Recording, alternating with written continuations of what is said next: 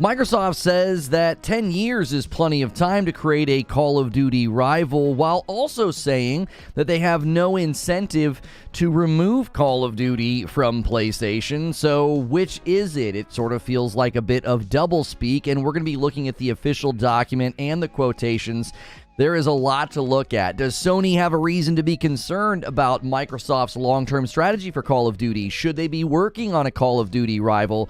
There is a lot to break down. I put all of the good information here in the show open. That way you don't have to go looking for it. If you like this kind of content, hit subscribe and the bell button so you can be here for the discussions.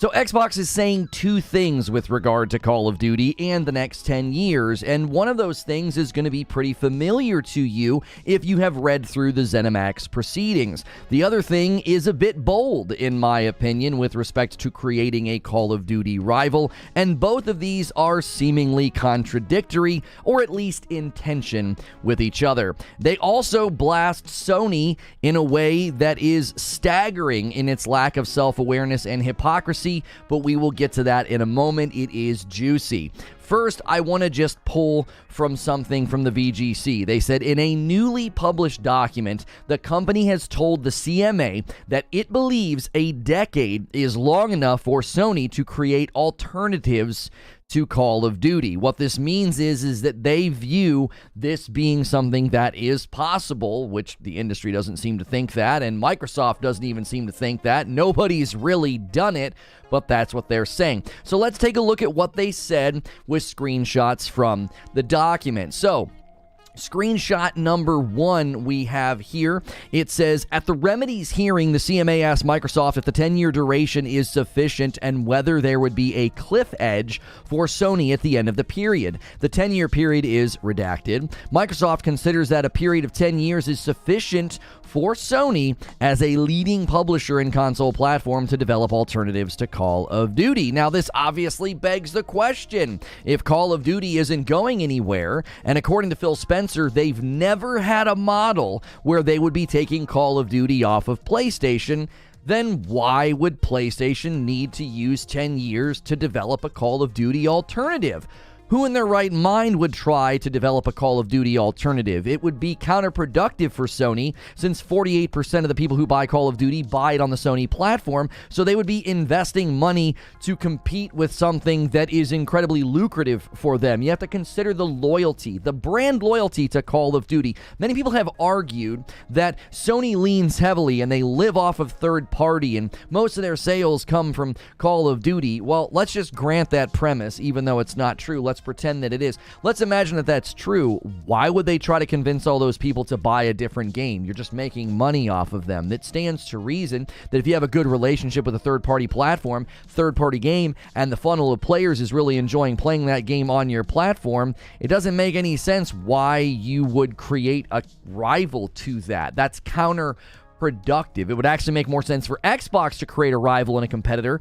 They seemingly have had no interest in doing that, or have failed to do so if Halo was intended to be just that. Now, they go on to use some logic that I think should be worrying for Sony about what happens beyond the 10-year contract. So let's pull this up here. It's the second part of the paragraph. The 10-year term will extend into the next console generation, redacted. Moreover, the practical effect of the remedy will go beyond the 10-year period, since games downloaded in the final year of the remedy can continue to be played for the lifetime of the console and beyond with backwards compatibility. So, there's two takeaways here, okay? Obviously, Microsoft is looking beyond this generation of console. That's not that big of a deal. But they also view Call of Duty extending beyond the 10-year period when they refer to previous downloads. This feels like a soft admittance that the final year of the remedy is, in fact,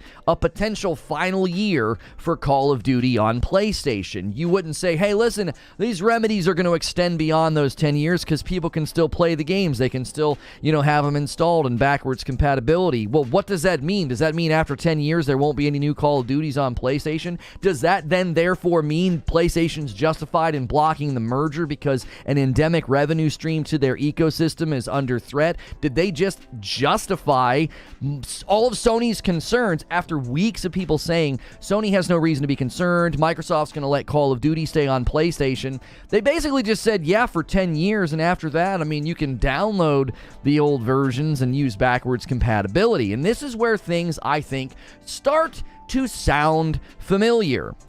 If we look at my second image from the document, COD is an entertainment franchise which is already nearly 20 years old. Redacted. Microsoft will need to secure the broadest distribution of the franchise, and it'll be heavily incentivized to keep it on the PlayStation platform. Redacted. Microsoft considers that having maintained COD on PlayStation and grown its player base on Nintendo GeForce Now and other cloud gaming platforms for a decade, it will have no incentive or indeed ability to take COD exclusive.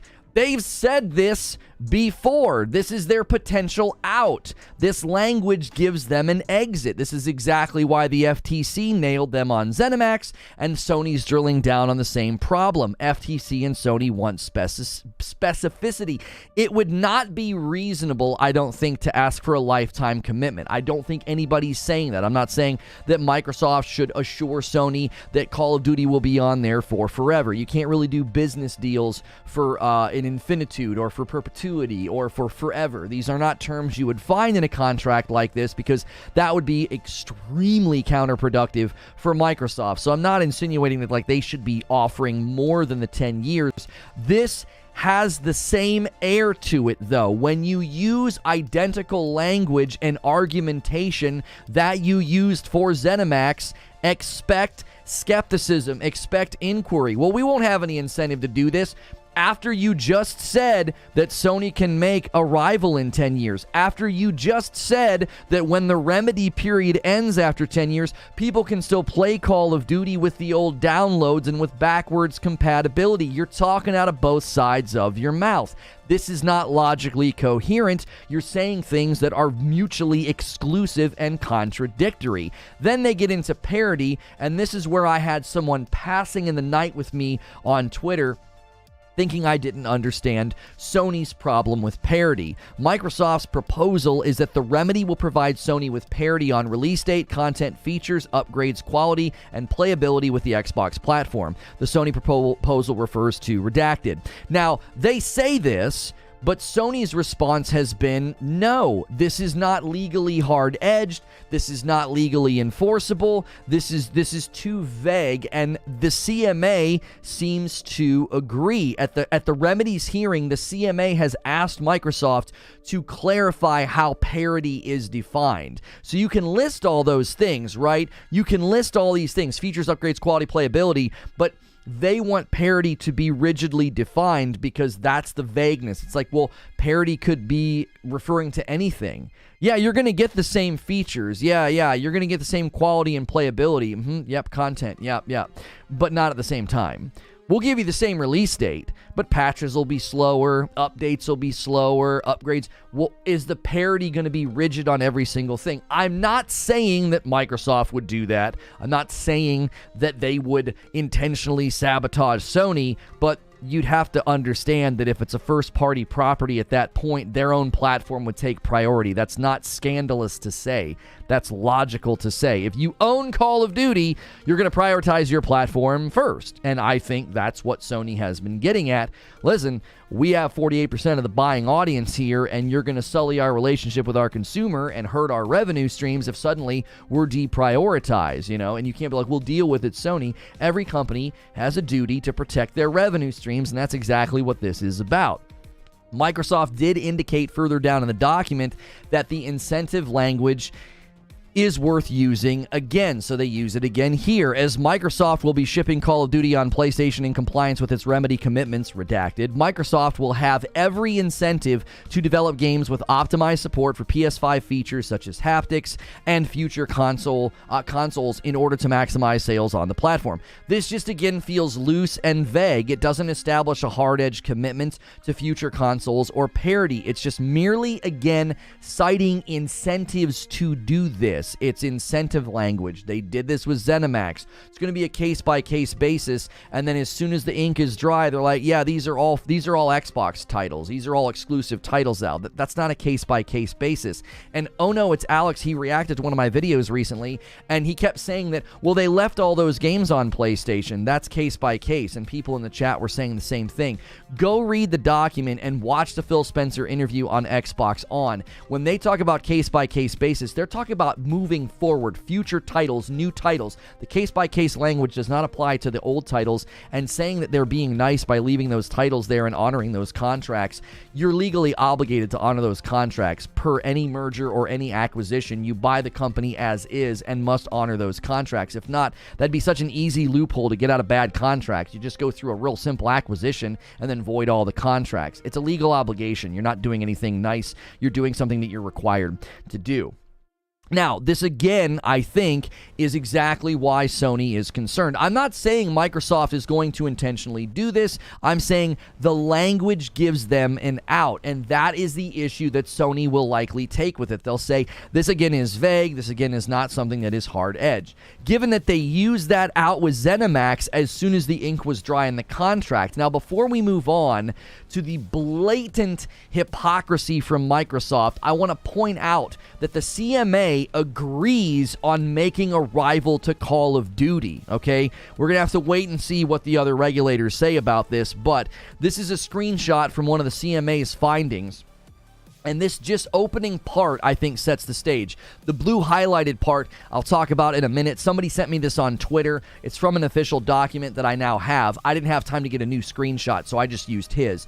I'm going to read the first part. Second, we note that in our assessment of entry and expansion, the relevant question is not what rivals could do. In some cases, a response to foreclosure may be theoretically possible, but would result in losses that may make that competitive response prohibitive. Basically, they're saying you're going to lose money and your competitive response isn't going to be very effective. It's going to be prohibitive. So that's the issue here, is that if you try to make a rival, this sets the stage. Look, this is exactly why Microsoft's response seems so thin. Yeah, just make a rival to Call of Duty. Why has nobody done that, okay?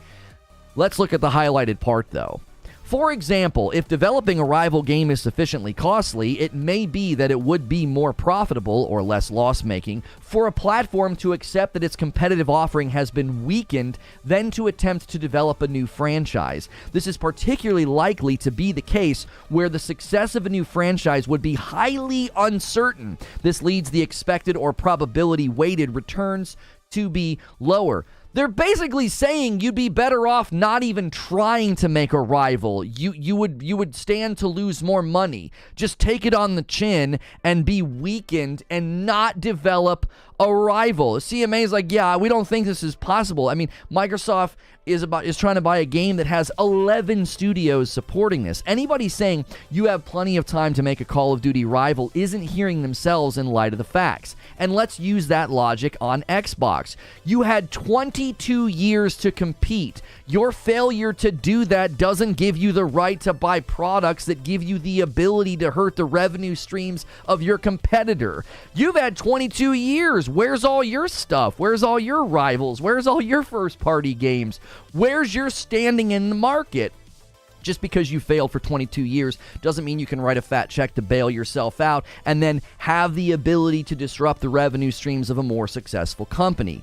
Now, the document opens with a sharp swing at Sony, and I feel this lacks in self-awareness. This is just unbelievably hypocritical given the company that it's coming from. So many people have accused Sony of hypocrisy because of exclusives. You ain't seen nothing yet. Right here, the quote, Microsoft stands ready to enter an agreement with Sony to ensure that COD remains on PlayStation. Microsoft has repeatedly committed to do so both publicly and privately. Sony has steadfastly refused to reach an agreement with Microsoft, calling instead for the merger to be prohibited. Sony's position must be seen for what it is, a self-serving attempt to protect its dominant market position, rather than one founded on genuine concerns regarding its continued access to Call of Duty, which it could have secured on attractive terms months ago. Do you hear the entitlement? Do you hear the hypocrisy. Why would any business not be self-serving? Isn't Microsoft being self-serving by seeking the deal and even arguing from a place of self-serving by claiming they need this deal to compete?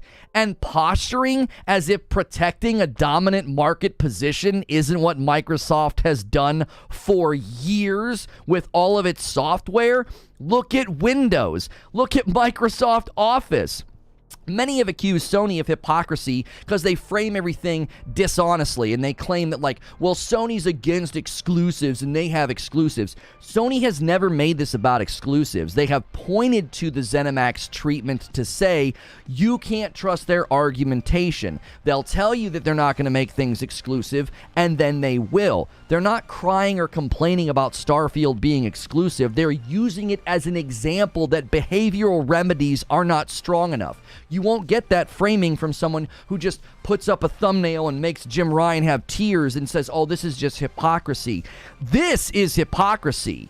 If you look at Microsoft's history as a company, there is absolutely nothing wrong with seeking to have and protecting a dominant foothold in a market. That's what you should do as a company, okay?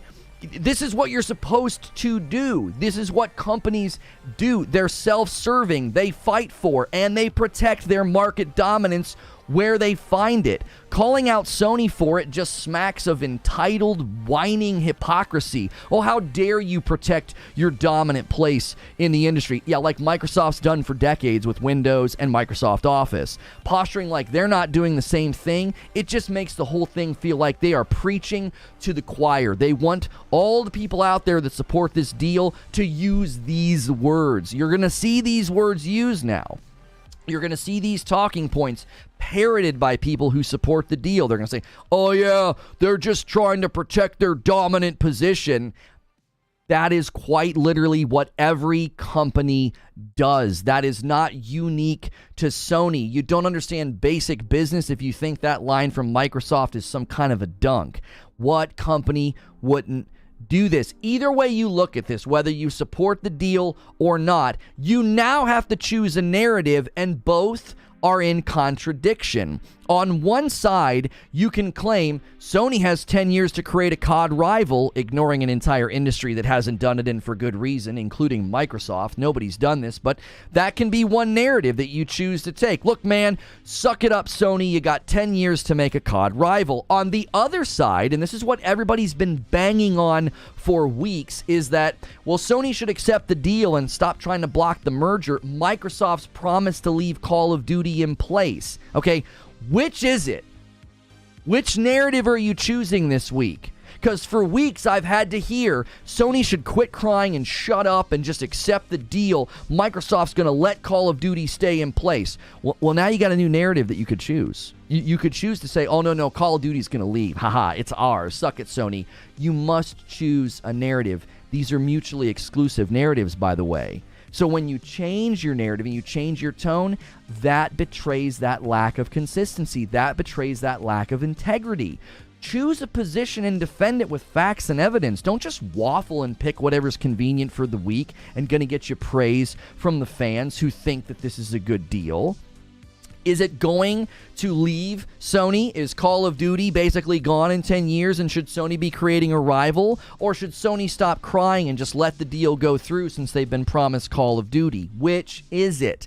I told you the narrative would shift. It's already happening. In fact, now it's a choose-your-own-adventure story. Which narrative do you feel like today? Call of Duty isn't leaving. Quit crying. Accept the deal. That's a narrative. Or Call of Duty belongs to Microsoft. You have 10 years to make a rival to a game that has 11 studios and global dominance. Like, which narrative do you think is the best one? And let's just ignore the glaring fact that Microsoft has had 22 years, more money than Sony, more studios than Sony. They've failed to create a Call of Duty rival. But a company that everybody likes to dunk on, Sony has less money than Microsoft. They have less studios than Microsoft. They're apparently going to do the thing that Microsoft seemingly can't.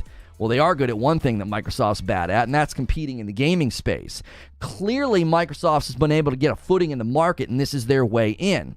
Now, more than ever, It is clear why so many people who support this deal often talk out of both sides of their mouth. Microsoft is leading the charge with glorious contradiction. Let me give you my thoughts and my conclusions. Okay, number one, Microsoft is once again making it really hard to tell what their intentions are. Just last week, we covered Game Pass, and in one sentence, Microsoft said the merger would not increase Game Pass pricing, but that Game Pass pricing wouldn't increase beyond the value the merger would bring. What? You basically just contradicted yourselves. Like, no. The merger's not going to increase the price of Game Pass, but the price of Game Pass won't increase past the value that we get from the merger. Now we have another blatant contradiction. Accept the deal. We're going to leave Call of Duty in place. Just accept the deal. But also, you have 10 years to create a Call of Duty rival. When this 10 years period's over, yeah, I mean, you can play Call of Duty with the old installs. You're contradicting yourself. This makes perfectly good sense as to why Sony has drilled down on all the vagueness, because when Microsoft is pressed, you're starting to see the true strategy come to the surface. This is why the FTC wants to see their plans for Zenimax going forward, their plans for Call of Duty going forward. They want thoughts on crossplay. They want thoughts on cannibalization of buy-to-play sales from subscription services. If these documents are never provided, well, then I think the FTC will block and say, no, the deal can't go through. If these documents are provided, I think we will see a very, very clear strategy to take Call of Duty from rival platforms in 10 years, and then everybody's going to switch to the narrative of, oh, they have every right to do that, suck it, Sony. After saying for weeks that Sony should accept the deal because Call of Duty's not going anywhere. That is a contradiction. Number two, the absolutely stunning display of entitlement, hypocrisy, and lack of self-awareness in the latest document is truly remarkable. Microsoft, a company known for protecting market dominance and self-interest, criticizes Sony for having self-interest and protecting its market dominance. Pot, meat, kettle. I know, it's like Microsoft doesn't like a company doing what they're doing. It's like, yeah, I know we did that in the software world. We did that with Microsoft Office, and we did that with Windows, but we don't like you doing it. The thing that kills me about this is that Microsoft and any company with a dominant position is doing what they're supposed to do. I'm not saying that Microsoft shouldn't have done that. I'm also not saying that Sony shouldn't do it. I'm saying this is what they are designed to do. Businesses grow to this size, and they protect their dominance. It's how they maintain their size. It's how they maintain their margins. It's how they keep the shareholders happy. But none of this is wrong. None of this is crying or unethical. These are emotionally charged words that people use to distract from the fact that both companies are doing the exact same thing. Posturing as if Sony is doing something wrong just creates a false narrative of entitlement that seems to be preaching to the public loyal choir members and not within the ethics of business. Here's my conclusion. As hard as I try to cover this and remain neutral, I cannot help but see Microsoft making arguments that just don't hold up. And those who support the deal, they change their tone, their approach, and their narrative depending on the day of the week. I previously predicted that if documents came out and indicated that Microsoft planned to take Call of Duty from Sony long term, that supporters of the deal would flip the narrative. We're going to go from accept the deal and be quiet, you get to keep Call of Duty, to you have no right to keep Call of Duty, it's ours now. That is a sign of dishonesty. That is a sign of no integrity. If you're going to flip that quickly, then your position is weak and see-through. That's fine. You know, it belongs to them anyway is going to be the attitude that many people take. Just a week ago, it was accept the deal. History may not remember the contradictions in those who flipped the narrative and ran with misleading framing, but some of us will. My message to those supporting the deal is this: pick a narrative and stick with it. The shifting sands of talking points is more dizzying than the logical backflips that you use to justify consolidation that is only supported by fandom and not by facts. I got to give a final caveat. I'm not done yet. My monologue's not done yet. I will say this. This could lead to an amazing shooter. This could lead to an amazing game. I think this could lead to a Call of Duty rival. Why am I saying that? Sony is clearly better at investing in games and bringing them to market compared to Xbox. With their back against the wall, I trust Sony to bring their A game. And based on their history, I trust Xbox to mismanage their studios, kill more franchises, and Sony will probably be just fine. This is not the end of an era of a company and a dominant hold in the market for Sony. Based on history, I'm more worried about the franchises that are going to get killed by Xbox and the studios that are going to get mismanaged by Xbox. If you look at the history of the companies they've bought and the property they spit out, we're probably going to stand to get a better game from Sony. Even though I'm against this. So, let's get into this. Let's get into this. A 50-something from $5, I think, from Jacob. Here's how it is. Jim lies. The EU are going to prove it. The CMA defends Sony over customers. The FTC's Lena.com have never won any cases because Lena lies. So, Jim lies. EU's going to prove it. Can you? I'm sorry. EU are going to approve it. Yeah, Jim lies. Substantiate that with facts, truth, and direct quotations. I bet you can't. I bet you can't. The only mismanaged studio is 343. No, they have a history of mismanaging studios, and we're not going to focus on that. That was just my final caveat. That's just my final thought. We could end up with an amazing shooter if this goes through, and Sony's basically like, well, our back is against the wall. We got to spend 10 years. Let's work with Bungie. Let's get SOCOM back or something back or some big new title back. I think we could end up with an amazing title out of this. That doesn't mean that this is right. It doesn't mean that Microsoft's making any sense, right? Sony stand much? Make an argument. I have no respect for people like you. Listen to what they're saying, though. They are saying, you get to keep Call of Duty. You have nothing to worry about except the deal. But they're also saying, in 10 years, you better have a rival. In 10 years, you better have a rival.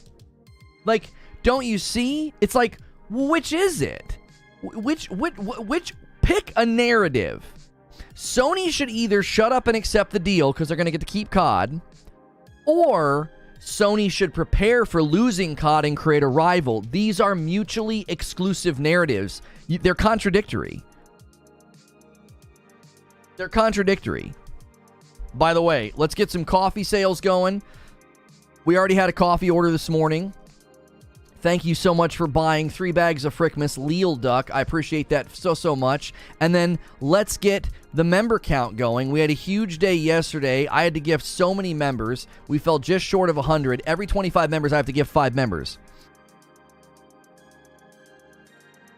Why would you hope for that as if someone having a bad, having first-party titles is bad? That's the type of thinking that Microsoft and Xbox have put them in the gutter. Why not at Xbox for actual good games?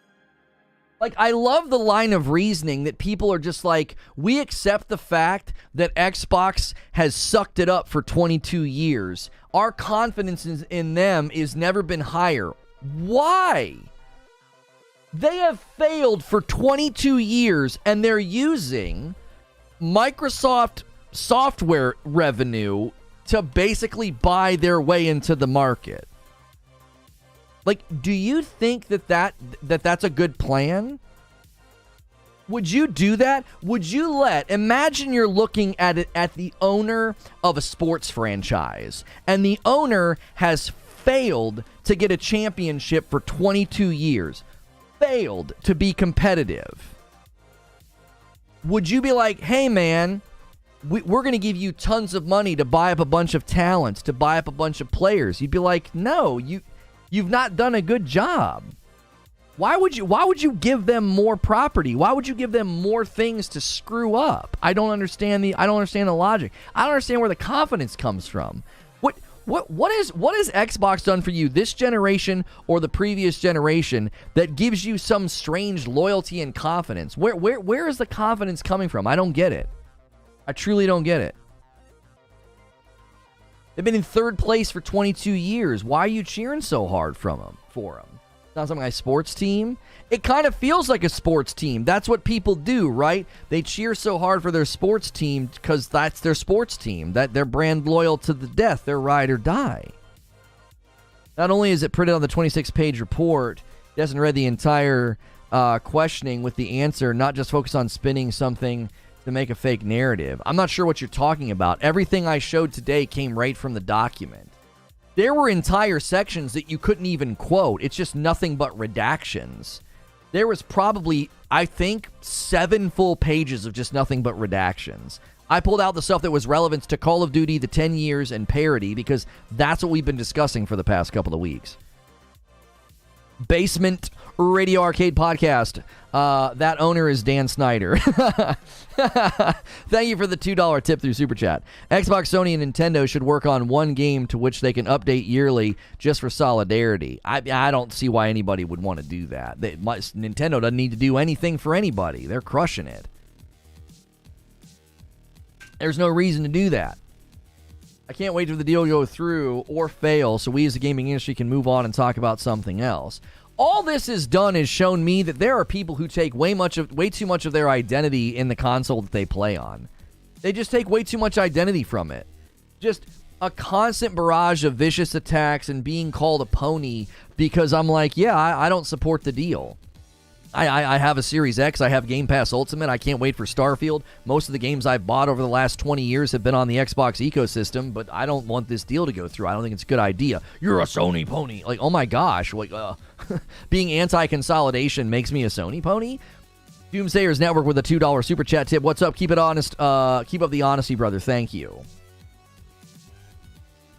Again, Sony does not have the money to buy Activision. Sony is worried they will go out of business. That's completely and utterly false. They have zero worry about going out of business. Buying a giant company the size of Activision Blizzard is not indicative of somebody's ability to stay open for business. Maybe look at the history of gaming division. Celebrate this first super chat from Felix. Oh my, that's cool. That's a new feature. That's the first time you've ever given me a super chat. The 10-year contract is to address the SLC stated by the CMA on line 2.13. They pretty much still say they won't make it exclusive. I read that, brother. I read through 2.13. Thank you so much. Wow, look at that. 2.13. Don't come in here and try and educate me like I didn't read the document and pull stuff out. People always try to run this false narrative about me that I don't read the documents. It's right here. I read this. I included this in my show open in my coverage. What are you crying at? If you think a 25-minute open monologue that uses logic, reason, and argumentation is crying, I don't know why you're so insecure. You know what I'm saying? I don't know why people are so threatened by just basic argumentation, reason, and logic. Like, you have to project crying onto it? Like, okay. I don't understand where that comes from. What about the clause in the document issuing third-party overseeing all future COD releases? That has nothing to do with their plans, though, right? You twisted it. I twisted it, so I read this directly. COD is an entertainment franchise which is already nearly 20 years old, redacted. Microsoft will need to secure the broadest distribution of the franchise and will be heavily incentivized to keep on the PlayStation platform, redacted. I read this. I didn't twist it. I said this is the exact same argumentation they use with Zenimax. Microsoft considers that having maintained COD on PlayStation and grown in player base on Nintendo GeForce Now and other cloud gaming platforms for over a decade, it will have no incentive or indeed ability to take COD exclusive. They use the same argumentation with Zenimax. I read that, and that's what I pointed out. I didn't twist anything. If you're going to come in and lie about me, you get banned. Debate me. Debate me. Come up with your own argumentation. Come up with your own argumentation. Come up with your own reasoning. If you're going to come in here and you're going to do the tried and true strategy of, I'm going to criticize your content. I'm going to claim that you twisted stuff. No. Liars get walked out the door. Yakeman's going to be the first member of the day all by himself. He doesn't need it to be gifted. He does it on his own. Thank you so much, Yakeman. Enjoy the badge and the emotes. You're saying the deal will go through? No, I've said nothing to that effect. Today is not about whether or not the deal goes through. Today is about the fact that Xbox just came out with a document, right? Just came out with a document, and their response is Sony can make a rival in 10 years, while also trotting out the same incentive language that they used for Zenimax. Don't you see what's going on? You can't maintain the narrative. You can't maintain the narrative anymore. They're like, just suck it up, Sony. Take the deal. Why are you crying? You get to keep Call of Duty. Microsoft's made it very clear that's not the case. I watched the whole opening. Substantiate your claim that I twisted that quote or get the frick out. You're not allowed to be here if you're going to run false narratives about me. I don't care if you have a badge. I don't care if your name is Jesus. You can't hang out here and do that. You cannot run false narratives about me. Come up with your own argumentation. I don't think you can. You're taking cheap tactics and cheap shots at me instead of coming up with your own argumentation. Guys, I think you have the inability to do it. Just because he doesn't read game tutorials doesn't mean he doesn't read the news he's reporting on. That's right. Iron Hand with their first ever super chat, a $5 tip. I personally think it's reasonable to say we'll give you COD for 10 years, but after that you're going to need a rival. Iron Hand, I don't disagree with you at all. I don't disagree with you. That's the point. I've been saying this since the beginning. If you think Microsoft is going to be like, oh yeah, we'll just leave COD there for forever. No, they keep hammering on the 10 years for a reason. They're hammering on that for a reason. That's what I've been trying to say. So many people have been coming in here and saying they should just accept the deal. They're going to get to keep COD. And I'm like, you're not thinking beyond right now. You're not thinking beyond right now. If you're going to argue and run with the narrative that Jim Ryan's crying and they're lying and they just need to accept the deal, they're thinking beyond right now. All these companies are. They're thinking 20 years down the road. It's why, if you truly read the argumentation from Microsoft, they are focused heavily on mobile because they've looked at the projections. They know where everything's going with mobile. What's wrong with saying we will share COD but eventually bring something to the table too? I'm not saying there's anything wrong with that. I'm saying they are mutually exclusive narratives. You can't keep running out into the public and say they won't accept the deal. We're giving them a better deal than they have right now. That's not a better deal than they have right now. They don't have a deal right now that says you need to spend the next decade creating a rival. That destroys that narrative. I'm not saying Microsoft can't do that. If Microsoft owns Call of Duty, they could say, you got 10 years, start the clock. You got 10 years and it's ours. They have every right to do that. I've been trying to drive that point home. I've been trying to drive that point home for weeks now. People keep saying Sony is lying. They've been offered a better deal. Really? You think that's a better deal? The dominant company in the market, 48% of the people who buy Call of Duty buy it on the Sony Playstation. You think it's a better deal that they're given a 10-year ultimatum? Really? That narrative is now in tatters on the ground. You're admitting with this new narrative shift, this is the new narrative shift. It's Microsoft can do whatever they want. Microsoft can do that. They can put the game over there for 10 years and then take it away. Okay, you just conceded that it's not a better deal. You just conceded that Sony has a right to reject this. Sony has a right to push against this. You just conceded it because that's not a better deal. It's not a better deal. How is it a better deal if they're going to lose the game in 10 years? That's why I'm saying it's contradictory. They're talking out of both sides of their mouth. You're talking out of both sides of your mouth. They absolutely should do that. Sony's gotten too comfortable and they need to kick every now and then. Yes, we should allow antitrust behavior because we project onto a company complacency.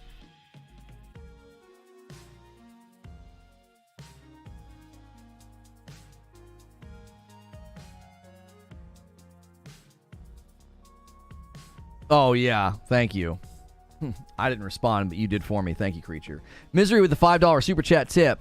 Microsoft will keep games on Sony stunts. Playing Minecraft for years on PlayStation, we have months of delayed patches, content, and exclusive Microsoft content. Lono, let's give credit where credit is due. Xbox 360 did dominate the PS3, and the first Halo were pretty popular, and the first Gears of War. So at one point, Microsoft was on top. We went back and watched a video on that. That dominance was such a blip on the radar. It was such a blip on the radar. And who cares about that? That means nothing now. That's 2 generations ago. That's a lifetime ago. That holds no bearing. That holds no bearing in the discussion. Giving them that merit badge of honor doesn't mean anything anymore.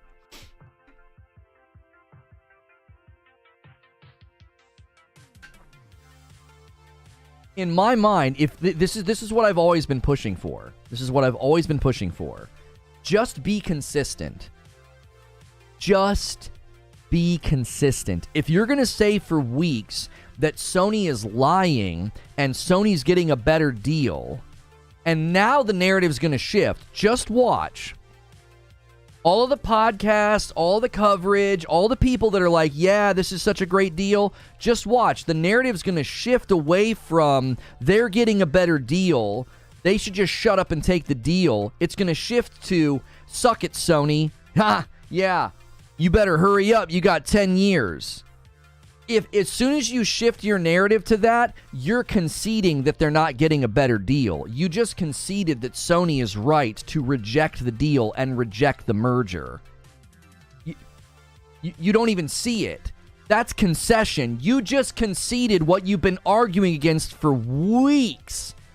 That's why I'm saying have consistency. Which is it? I said last week, just you wait. The documents are going to come out. It's going to become crystal clear that Microsoft plans to take COD from Sony long term, and then everybody's going to flip the narrative to, well, they have every right to do that. I'm not getting how it isn't a better deal. I still don't know what the current deal is. Well, hang on, let me get to that. A brand new member. We're getting members that are not gifted, and I actually love this. I prefer this. Gifteds are amazing, but I love when people jump in on their own. Justin Perkins, thank you so much for becoming a member. A $5 tip from Basement Radio Arcade Podcast. Why aren't people concerned about mass consolidation? We have tangible examples of where mass consolidation hasn't benefited the consumers. I just think brand loyalty is blinding people. Basement Radio, I can literally just speak in facts and just read documents, and people will immediately run to insults and call me a Sony pony. It's like, what? I'm just reading the documents and saying, yeah, Sony has every right to push back on this, or Sony has a fiduciary duty to protect their revenue, or they use the exact same argumentation with Zenimax, so that justifies inquiry and skepticism. Right? A $2 tip from East Coast Overlord. Thank you.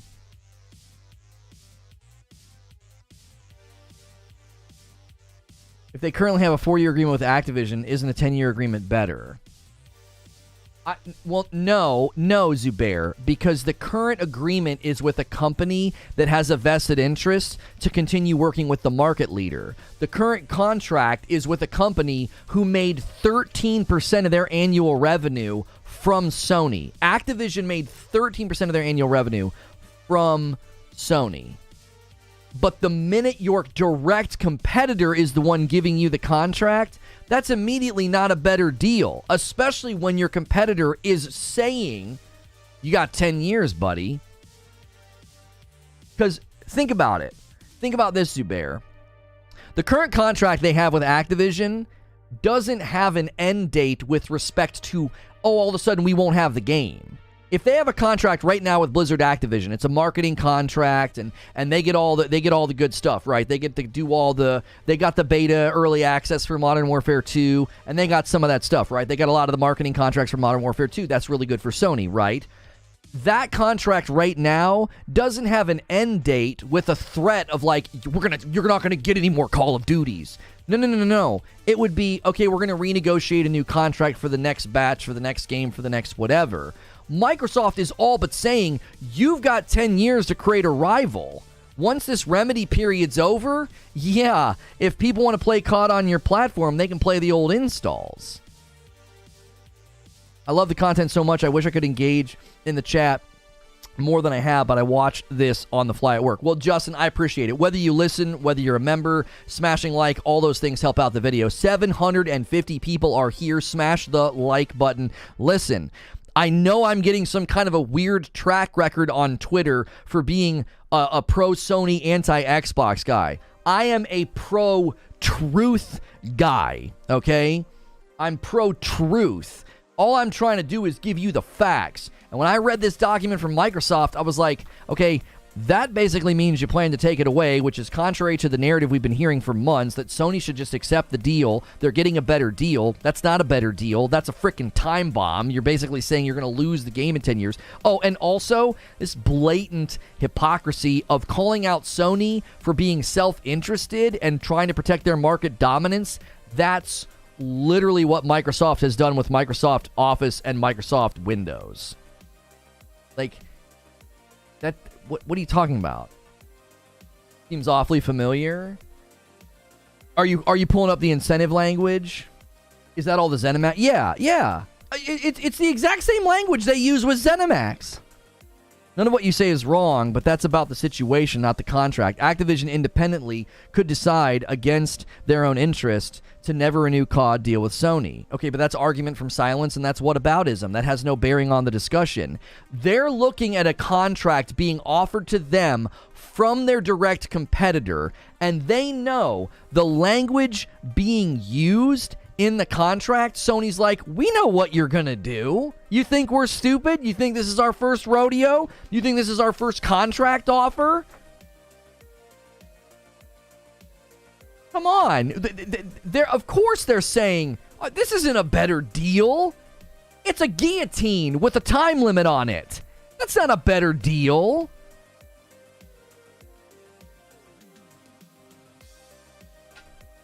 I don't understand, says the Xbox and PlayStation Gaming Master, why Xbox wants to take Call of Duty from PlayStation, because it was on both systems before. Why change it? Here's the thing. We have no idea what's going to happen in 10 years. There is a very, very high likelihood. And no, that Zenimax section was not for legacy titles. That is a lie that keeps getting shoved out by people. Oh, case-by-case basis. Oh, that was about legacy titles. Nope, that is a lie. You tell me I twist the documents. That is 100% a fabrication. That is not true. They were talking about the future. They were not talking about, oh yeah, we'll leave old titles there. No, they were talking about case-by-case basis, the future, foreclosure strategy. How do you handle something on a case-by-case basis when it's already in place? Like, really parse the language. Do grammatical analysis here. Do you really think they were saying we're going to handle this as a case-by-case basis? How is that a case-by-case basis? Those games have already come out. They're already in place. You only need to handle new titles on a case-by-case basis because they're not out yet. Like, that's just such a failure of critical thinking and logic. Like, you really think when they said, we will handle that as a case-by-case basis, they're not referring to legacy titles when they say that. They're not. That's not the issue. Yo, what's good, Thrifty? Honestly, they should be more worried about VR gaming. I don't think consoles are going to survive. I interrupted my own train of thought. Oh, yeah, okay. Let me go back to what I was going to say. Let's just imagine that in 10 years, let's say the deal goes through, and in 10 years, Microsoft's like, holy crap, we can't take Call of Duty off of PlayStation. It's grown, and it's grown, and it's grown, and the revenue's just too good. It's too sweet. We can't take it from PlayStation. That doesn't matter. All that matters is Sony is looking at what they could potentially do. Would you enter into a contract if, as you analyzed it, your lawyer told you this contract really leaves you open to damage in 10 years? Would you say, oh, that's fine. Let's sign. No, you wouldn't. You wouldn't do that. Now, if the person across from the table's like, no. We have no incentive to hurt you in 10 years. We have no incentive to do that. But your lawyer's saying, listen, they may not have incentives to do this in 10 years, but you're leaving yourself open. That's quite literally what these businesses are supposed to do. They're supposed to analyze potential, it's called risk assessment.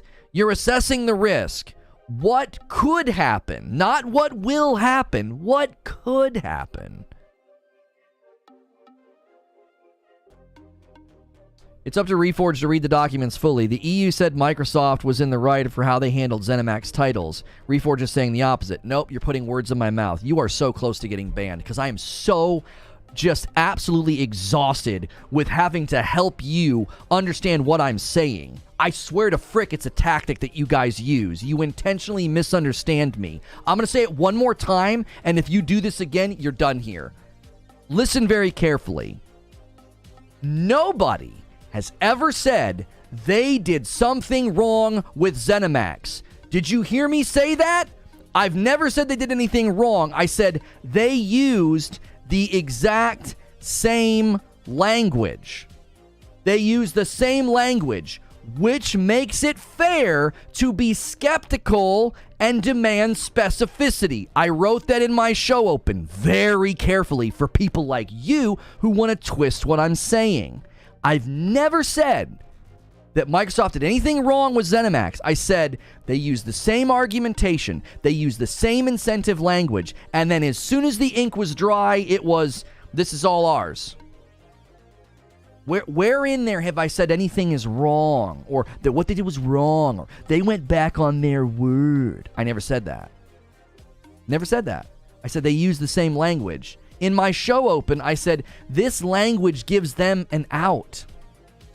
This language gives them an out. Like, they can basically say, you know, I mean, we said we had incentives. I mean, incentives change, baby. We said we were going to do case by case. I mean, case by case, baby. I mean, these are all ours. Like, it gives them an out. That's all I'm saying. And if you admit, listen to what you're admitting. You don't even see the admittance. As you defend what they did with Zenimax, you justify Sony's concerns. You don't even see it. You fight tooth and nail. They had every right to do that. They had every right. Oh, well, you just justified Sony's concerns because Microsoft is using the exact same argumentation with Activision Blizzard, which means they could do the same thing, and according to you, they'd have every right to do it. You just justified all of Sony's concerns, and you don't even see it. The stronger and the harder these people defend Microsoft and Xbox and what they did with Zenimax, the stronger you're actually inadvertently arguing in support of Sony's concerns. You just don't see it. You just don't see it. It's like, oh yeah, they were allowed to do that. They're using the same language now, which means they could do the exact same thing. As soon as the ink is dry on the ABK deal, Microsoft could turn around and be like, this is all our property now. Yeah, you know, we said we had no incentives to do it, but we've recrunched some numbers and some stuff with cloud and with mobile, and yeah, we're not gonna put any of that stuff over there. I mean, we'll let you keep COD for 10 years because we signed a contract, but after that, you better have a rival ready.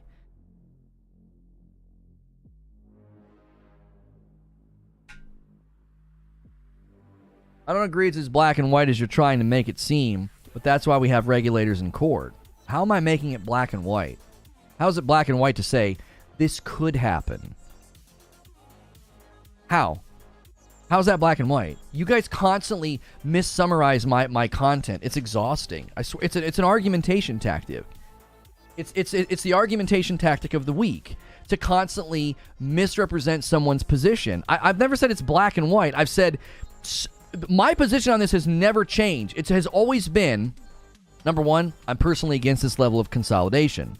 Number two, both companies are doing exactly what they should do. Sony has every right to be against the deal. They have every right to try to squeeze concessions out of the deal. Why? They're seeking their best interest. Microsoft has every right to try to push the deal through. Microsoft has every right to be slow to grant concessions. Why? Because that's what businesses do. They seek their best interests. Like, what I'm trying to show you is everyone's looking at Sony with like this evil overlord eye of like, oh, I can't believe they're doing this. It's like you're defending Microsoft. You're defending Microsoft. Like, Microsoft You want to talk about a company that has viciously fought for and protected its market dominance? If that's so wrong, if that's so wrong, let's just play a logic game. You guys want to play a logic game? Let's play a logic game. Let's logically grant the premise that it's wrong for Sony to be self-interested and protect their market dominance. Let's grant that. Let's do that. That's wrong. Okay. That means you're defending a company and taking up for a company who does just that. They do wrong things. They do wrong things.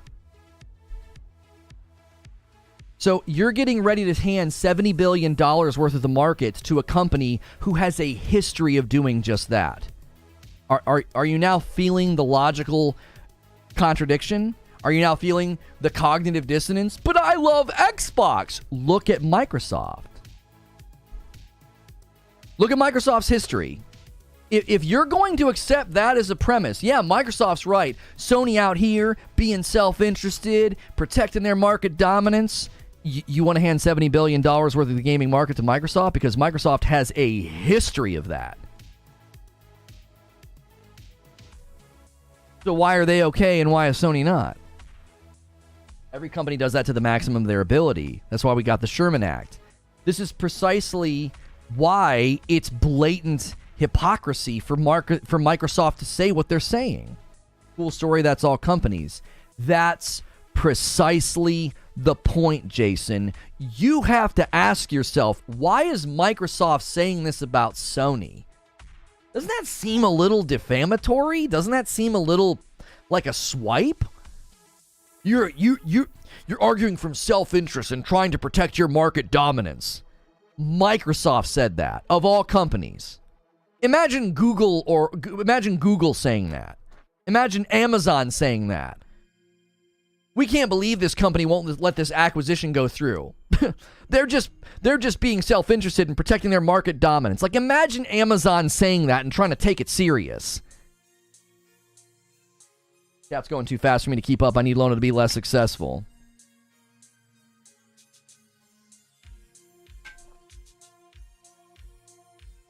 The 10-year deal is the difference. Not saying it's a better deal, it's not, but Microsoft will get Activision, so it's better than nothing.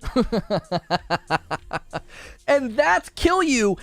But see, don't you see, when you concede what you just conceded, you quite literally just said, I mean, I agree with Sony. You're not saying that, but that's what you're saying. Well, it's not a better deal. That agrees with Sony. I mean, if the Activision deal goes through, it's better than nothing. That's literally it. That's it. That's why Sony's like, no, we can't have this. This is bad. This is bad for us. This is bad for our bottom line. You're defending the status quo. You're quoting somebody else's blog. Quit that, defending the status quo. Do you honestly think any company doesn't defend the status quo? Hey, Johnson, come in here. What does this line here say at the bottom of this report? Well, sir, it says that we are in the market dominant position by quite a good margin. Well, Johnson, I just can't have that. We don't want to defend the status quo around here. I want you to fire half the staff and end our supply lines in China. Every company is going to do what they can to maintain the status quo if the status quo is market dominance. Like, that's what they all want. What would you do? What would you do? Just in a microcosmic way, take it down to video games. When you have a dominant position on the map and you're just mowing people down and you're winning hand over fist, and people call you a camper or whatever, do you say, well, I mean, I'm obviously king of the castle right now, king of the hill. I have a dominant position in the game. I'm going to give other people a chance. No, you're going to do everything you can to protect that dominance. You do it in sports, you do it in video games, we do it in business. To act like that's some kind of a problem, it just smacks of hypocrisy and no self-awareness. They're both doing the same thing. Both companies are doing the same thing.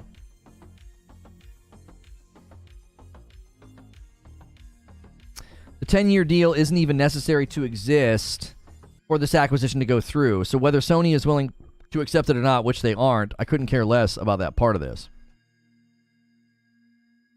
You push the legal limit as any reasonable actor would. That's exactly right.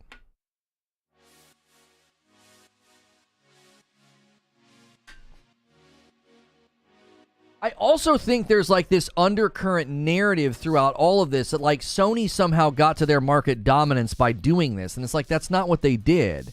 They bought studios just like Microsoft bought studios. They just had a better return.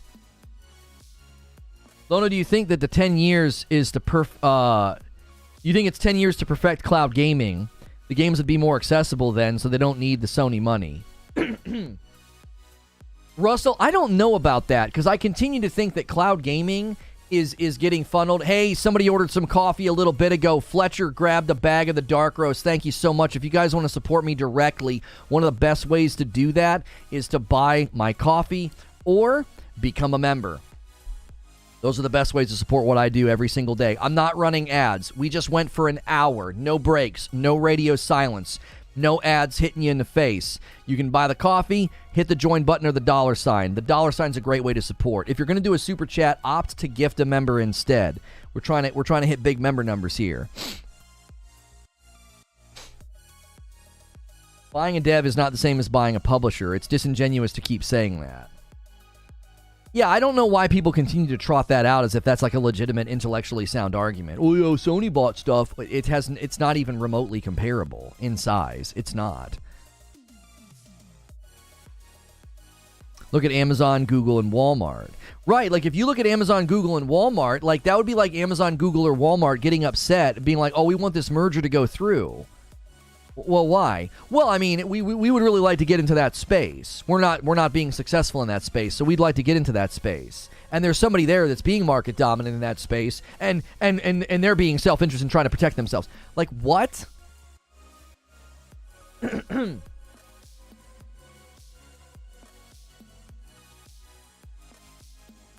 Eugene says, I'd like to think that some of you are smarter than that, but you're making it really hard. Yeah, come on, guys. You know that it's not equal. That's a false equivalency to keep pointing to Sony buying studios. Did I miss the recent too long didn't read? Okay, we're an hour in. Let me give you a summary. A great way to thank me for doing a recap is to smash like and consider becoming a member. Okay, because this is work for me to kind of go back and recap, but I do it as kind of a service to the people. To the people watching, okay? So Microsoft publishes a response to the situation going on, with the acquisition, and they send it, and the document basically states that Sony is trying to block the deal because of their self-interest and trying to protect their market dominance. They also say in the document what I feel are mutually exclusive things. On one hand, they say that 10 years is plenty of time for Sony to create a Call of Duty rival. I'm going to come back to that in just a minute because I think that's just glaringly hilarious coming from Microsoft of all companies. Anyway, so that's the first thing they say. Oh yeah, you can make a rival in 10 years. And they also talk about how the remedy period of 10 years, after it ends, you will still be able to play Call of Duty with the old installs and backwards compatibility, lightly hinting at the fact that there's a very strong possibility Call of Duty leaves PlayStation in 10 years. Now, they go on in the document to say they have no incentive to take Call of Duty from PlayStation. They have no incentive or ability to make Call of Duty exclusive, which is very, very similar to the language they use with Zenimax. They didn't do anything wrong with Zenimax, but they did tell everybody, we're not going to have any incentive to do that. We're going to take it on a case-by-case basis. And then as soon as the ink is dry, they're like, those are all Xbox exclusives now. It wasn't case-by-case basis. They didn't, analyze each game and come to a different conclusion. It was a sweeping conclusion. No, those are all exclusive now. All the future titles from Bethesda, those are all exclusive.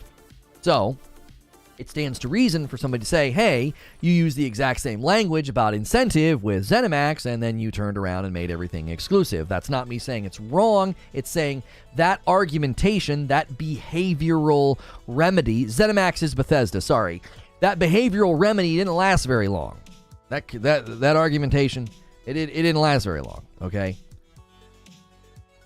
Now, the reason that I'm drawing attention to this, CMO, The reason I'm drawing attention to this is for weeks we have been told that Sony should shut up and take the deal. They're getting a better deal on Call of Duty than they have right now.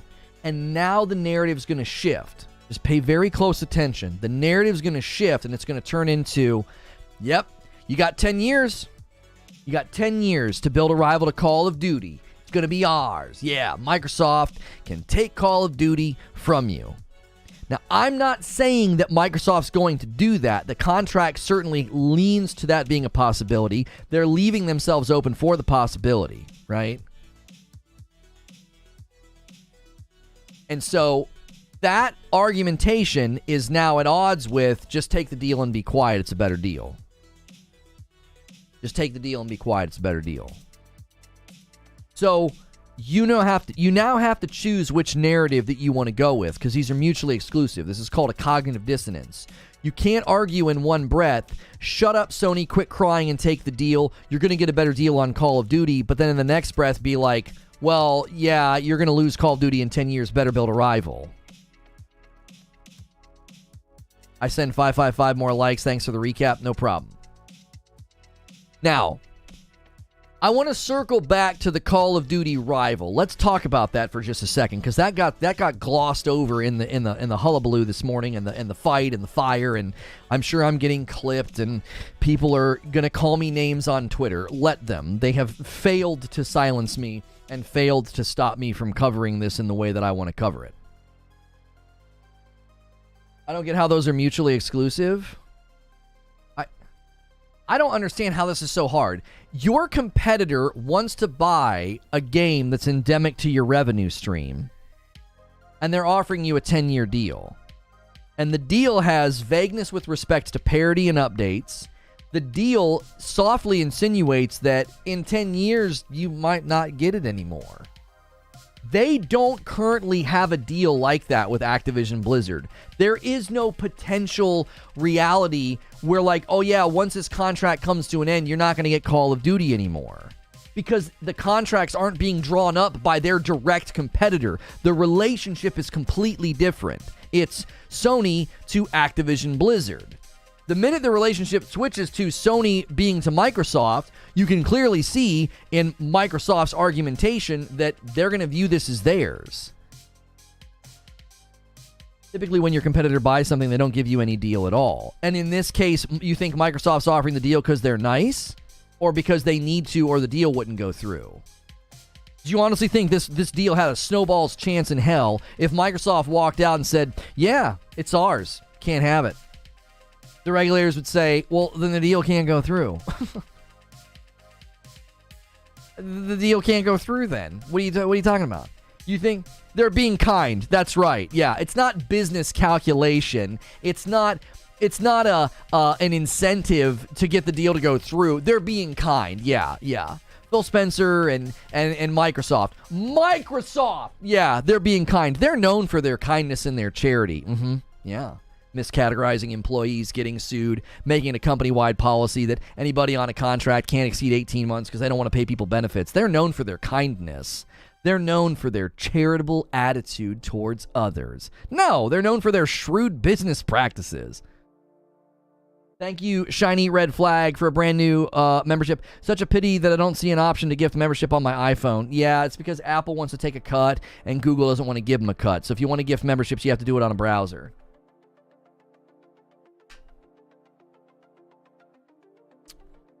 That's a big crux of antitrust law. No, you can't say that the regulators would do that with certainty. Yes, I can say that with certainty, Zubair, because it's the first thing they all zeroed in on. So you think the CMA and the EU and the UK, one of the primary concerns listed at the top of like all of their initial, all of their provisional findings, it was all centered around Call of Duty. It was like the first thing that came up. But you don't think they would do that? They're literally pressing on Call of Duty like a wound, like, what are you going to do with this? You think if Microsoft came to the table, balls on the table, and said, Call of Duty's ours, if this deal goes through, we will immediately cease supporting Call of Duty on the PlayStation platform. We will no longer put Call of Duty on the PlayStation platform. The regulators would say,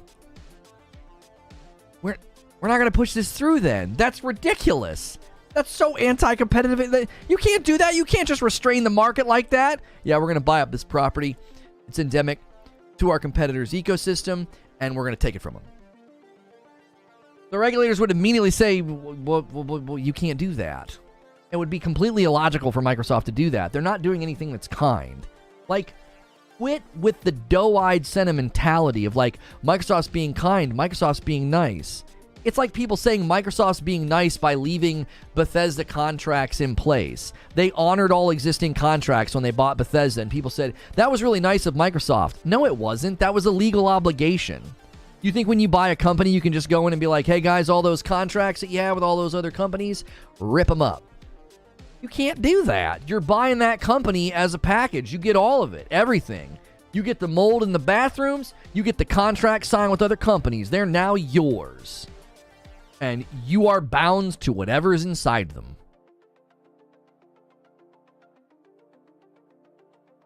It's the primary concern of antitrust law. Yeah, it's literally why it's front and center. Why do people think that Microsoft is pro-consumer? No company is.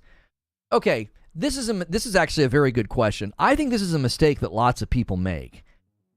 They conflate a good deal with pro-consumer. A good deal isn't pro-consumer. A good deal is pro-profit.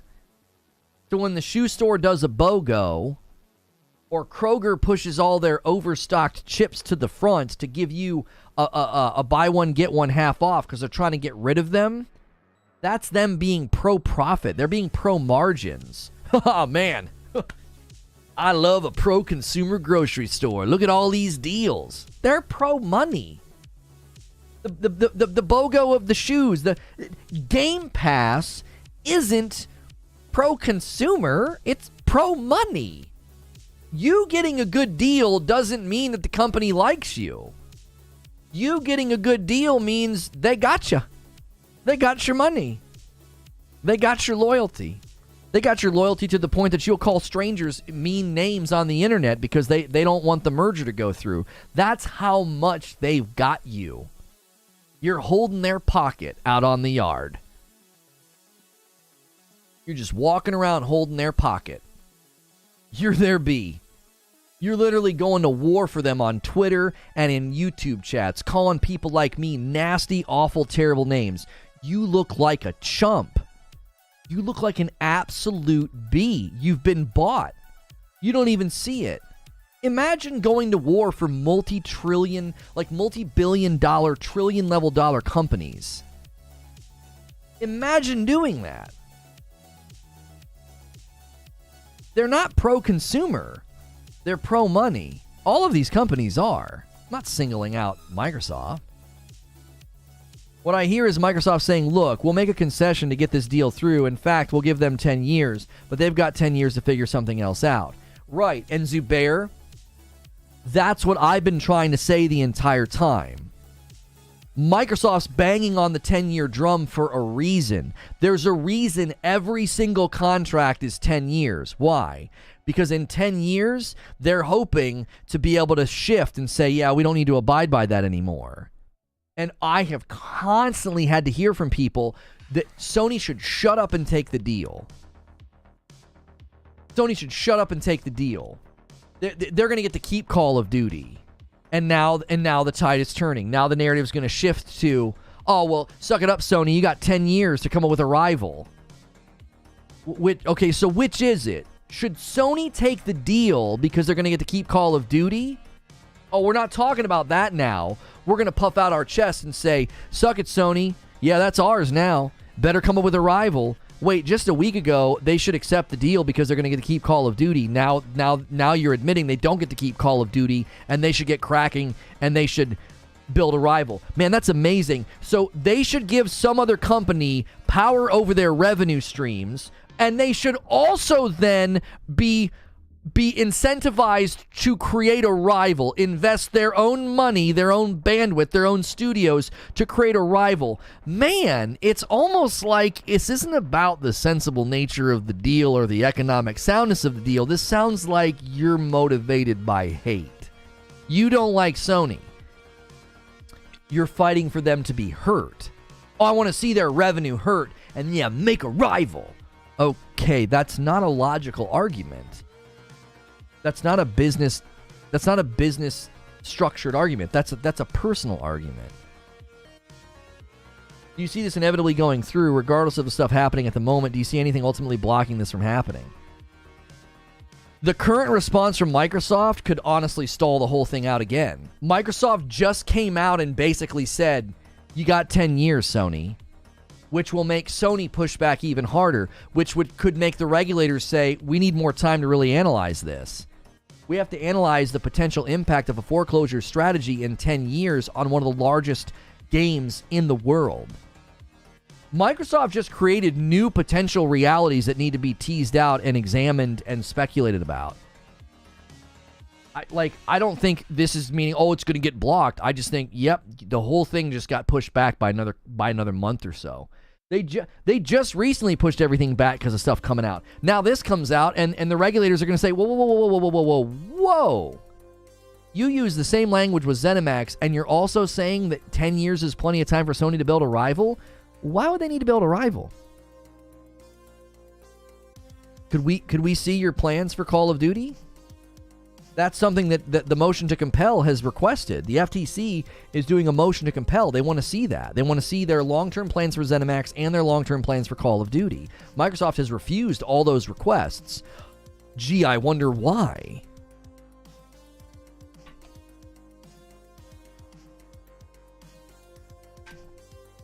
And here's the thing that kills me when people talk about competition.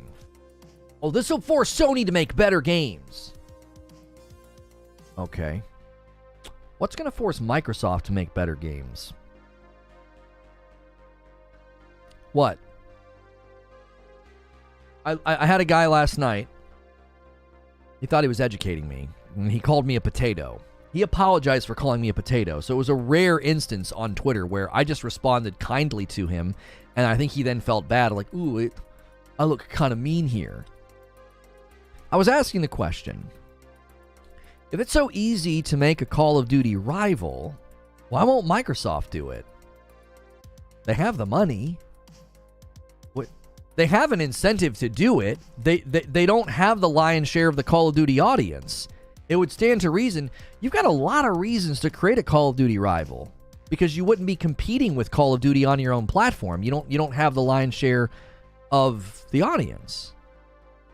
And this guy says, well, of course they're going to do this. It's faster. It's easier.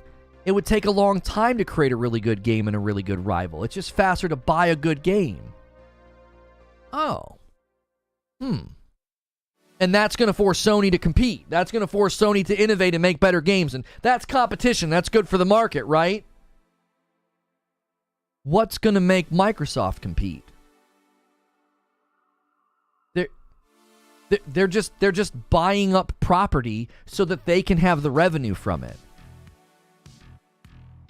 It's simpler and easier, doesn't make it bad. Never said it was bad. Track with my logic. I wasn't done arguing. I was just building a case. Seriously, think about that.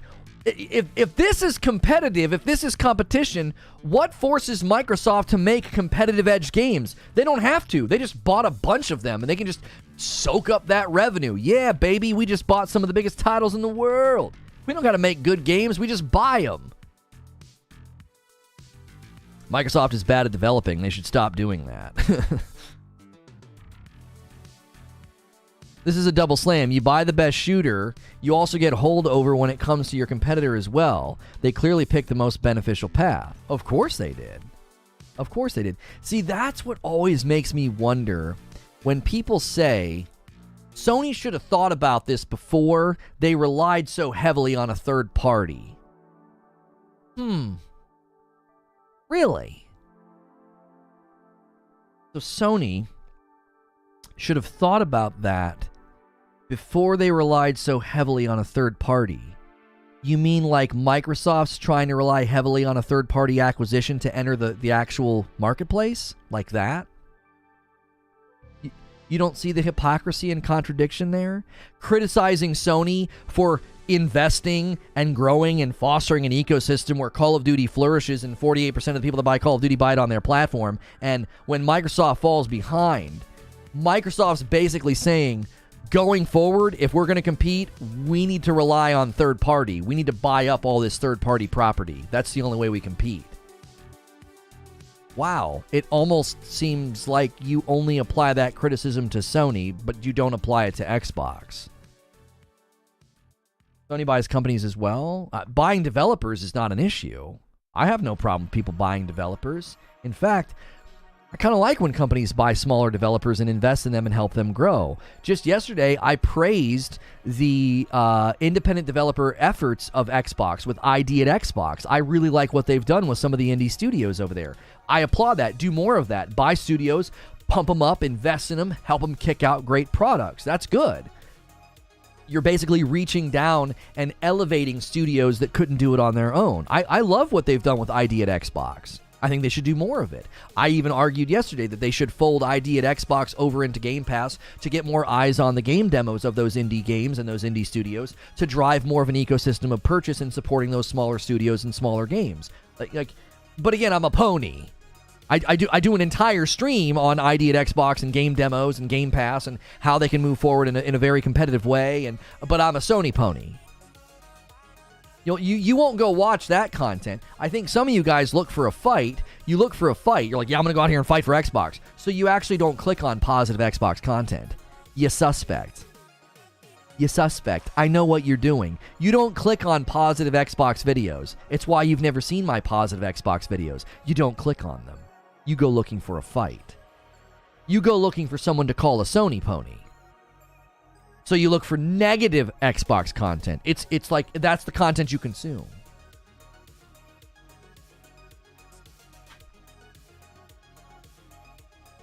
I already put that on the screen, Fuzzy. 2.13.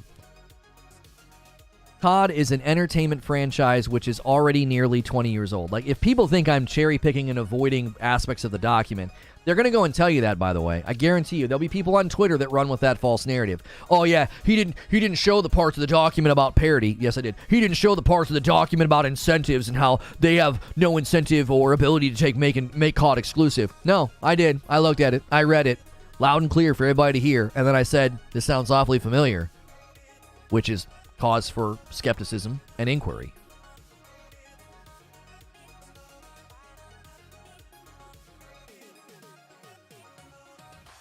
I'll let Hilly speak to UK law if he can.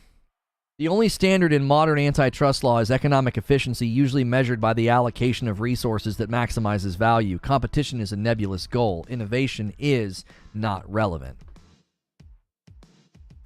I wasn't speaking as if innovation was legally relevant, Zubair. I was speaking about innovation and competition because of the current narrative. The current narrative is, well, this will force Sony to compete and make a better game. It'll force them to make better games. Microsoft has failed to compete and and have a great first-party offering for 22 years, and they've been behind. So why is knocking Sony down a peg going to result in that? And again, my question to those people is, who's going to make Microsoft compete? They're not attempting to compete. They're not attempting to innovate. They're just buying existing games. Why are you so worried about Sony coming up with better games? That's the other interesting question to ask these people. You're all rah-rah Xbox. You're all rah-rah Microsoft. What does it matter to you if Sony starts making better games? Don't you want Xbox to make better games if you're Team Xbox? I'm Team Xbox. I have a Series X. I want them to make better games. I don't see this putting any pressure on Microsoft to make me better games. I don't.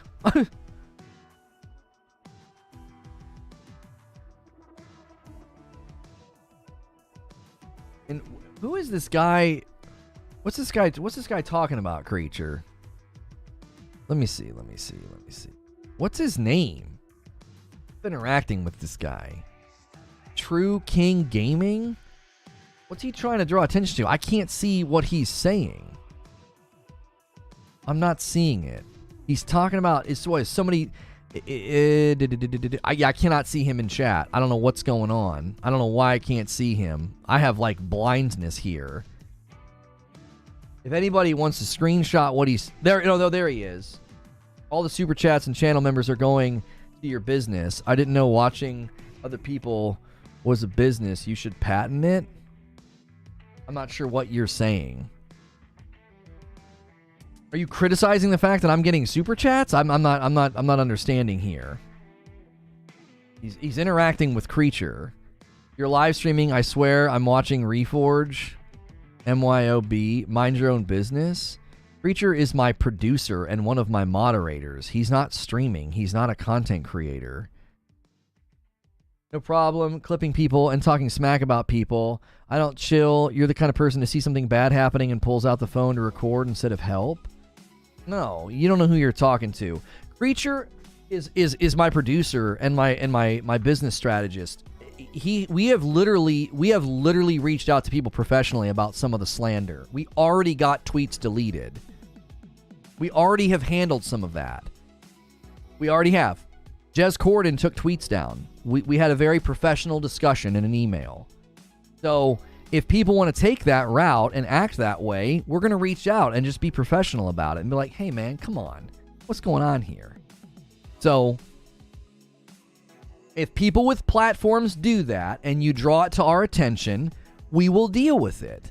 We're not in the business of defaming or slandering or doing or saying libelous things about other people. If other people want to use their platforms to do it, we'll deal with it.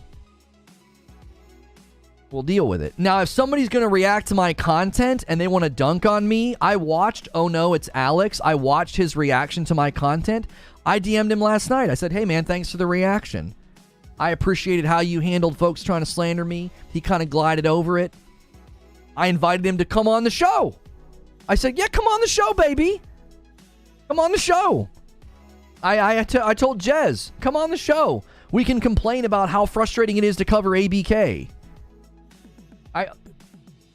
No, Corden didn't go after one of my videos. No. He just said things on Twitter that were unfounded and false, and they were very libelous, and I had a professional conversation with him about it, and he was cordial and willing to hear me, and open invitation for him to come on the show. Open invitation. Oh no, it's Alex and I. We were talking shop in a DM last night. We were talking about super chats and members. We were talking shop. I don't take that kind of stuff personal. I don't take it personal. I said, man, hey, thanks for the reaction. I think oh no, it's Alex is hilarious. I think he's hilarious. I don't agree with him. I think he misunderstood a bunch of my argumentation, but he's funny. He's a shock jock. He's a character. You know, good for him. He created a brand and people love him. Good for him. If I ever have him on the show, it'll probably be hilarious. What's the K in ABK? King Mobile. Activision Blizzard King. When people say Activision Blizzard King, they're not praising them or complimenting them. I have absolutely no problem. If some podcast wanted to react to my content, I watched a clip of it, and they fundamentally misunderstand me. As long as they don't say anything libelous or slanderous, people can make up their own mind. If somebody watches that podcast, RDX or whatever, and if they think those guys really grappled with my argumentation and really understood it, that's fine. I don't think they even stepped onto the landscape of the discussion. They completely misunderstood me. If the only way to argue against me is to misunderstand me or to misrepresent me, that betrays your entire argument. That's just a straw man. If you want to be cordial, if you want to come on and have a back and forth and be able to ask questions, come on the show. I'll have people on. I don't care. You want to grab a clip and not give it a fair shake or take me out of context? Whatever. I don't care if people want to do that.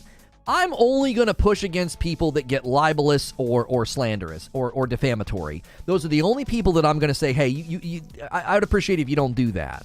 I would appreciate if you don't do that. If they react to my argumentation, they keep it civil, I don't care. That's fine. That's content creation, baby. The COD deal will sell a lot of consoles. Not enough to top Sony, though. They own too much of the Asian market.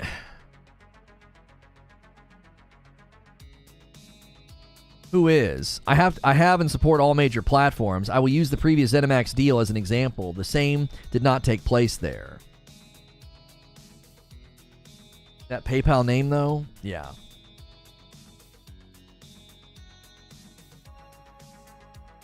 Dealer called him Reforge Gaming. Yeah, but see, I don't care about that. If you want, dude, listen, if you want to be juvenile and name call and act like and do that says more about you. I don't care. If you want to make fun of my name, my haircut, my glasses, you're just showing your maturity level. You're just showing your intellect level. Like that, you hurt yourself. You lack self-respect for your own self and your own brand if you're going to do that. I don't care. Who cares?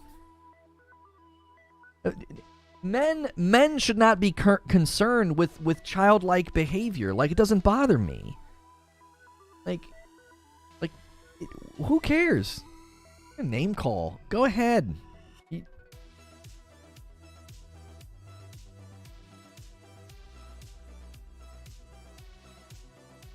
I would yeet that person for their 87 character name. I do wish YouTube would limit how long you could make your name. Pre-authorized transaction for $110 from PayPal. Like, I don't know. What about the Zenimax deal? Listen, you got to change your name or you got to go. you got to change your name or you got to go, bro. I agree, Crazy, but COD fans go where COD is best and have best exclusives. We know this. Well, here's the real thing to think about. Okay, hang on. I think somebody ordered some coffee. Give me a second here. Oh no, hang on. It's not a fast-growing game on Steam. It's just some email about a Steam game. Guys, make sure you're smashing the like button. Make sure you're hitting subscribe. I appreciate all of the amazing support today. We're only an hour and a half into the show, so make sure you're smashing subscribe. This over here is only 2 people doing it on their own. We have not missed our member goal since November of last year. Help us hit that by gifting a member. You can gift batches of members. You can jump in as a member, and we only need 23 more likes for 400. We need to hit that next like milestone. Let's go. Okay, so the thing to really think about is you got to zoom out on this and don't just think about Call of Duty. If Microsoft is thinking in 10 years, 10 years, 10 years, 10 years, right? What they're attempting to do is also giving themselves the ability to pull people to their ecosystem over the next 10 years. Think about it. Think about it. If their plan is at some point to be in a position to limit or adjust their Call of Duty deal, right? Imagine they do that. They adjust the Call of Duty deal in 10 years. One of the reasons they would do that is if over the next 10 years they start winning people over to their ecosystem. Now, they have said they can't really do that. They admitted in one of the documents, I think it was one of the documents to Brazil, where they can't seem to get people to switch sides, and they're not confident that they could do that, right? I still think that's part of the strategy. Part of the strategy is we need to get people on our ecosystem so that if we want to foreclose on COD or limit COD, we'll be able to. Think about what that does. That then gives them an incentive to do it. They're arguing in the document, we don't have an incentive to do this.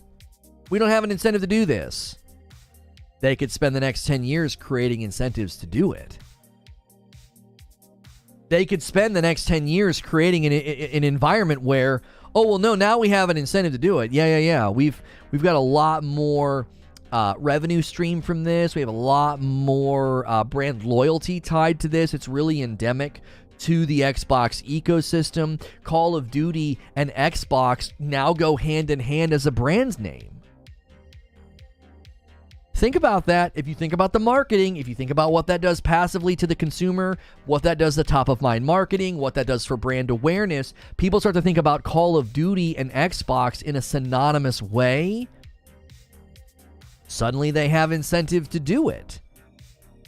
That would be my prediction, is if I'm looking at Microsoft over the next 10 years, Call of Duty is one aspect of this. There's a whole nother aspect in their strategy of we're going to try and get way more people on our ecosystem.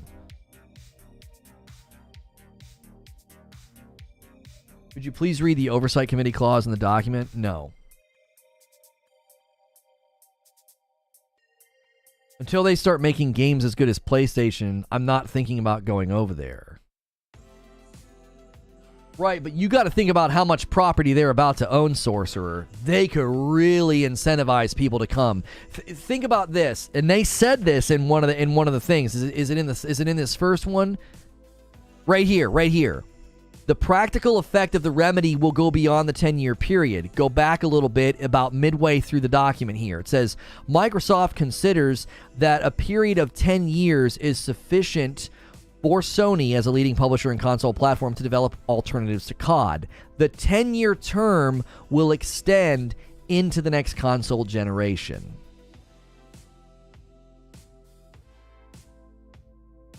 It'll extend into the next console generation. So, if I'm Microsoft, I'm thinking about all of the other property I can use for the next generation of console, because that's when you could get people to switch. Do you see? This is what they're doing. They're creating this bridge of like, oh yeah, 10 years. 10 years just happens to encase the next generation of console. Which means Microsoft could be like, yeah, no, that's fine. Yeah, Call of Duty, that's fine. And they've got all this other property to play with. They have all this other property to say, if we do this right, if we position this property correctly, we could get people to come to our side. Next generation. So beyond the Series X, what I think you would probably see, this is just a prediction, I think you would see a lot of launch titles, a lot of Activision Blizzard launch titles for the next Xbox. They would trot that out in a trailer. They'd be like, boom, trailer, boom, all of these day one launch titles for the Xbox Elite, or whatever they call that, you know, the next Xbox. And if they successfully do that and they get a bunch of people to switch, if a great enough percentage of people switch and start buying into their ecosystem, buying into their consoles, well, now you have an incentive. You've now fostered an environment that allows you to say, well, we have an incentive to do it now. We got a lot of people to switch. We got a lot of people to come over to our side. I'm an Xbox guy, but some of you Xbox guys need to chill with calling Lono insulting names. I've been watching him for forever. He wants what's best for gamers and the ones developing them. Be better.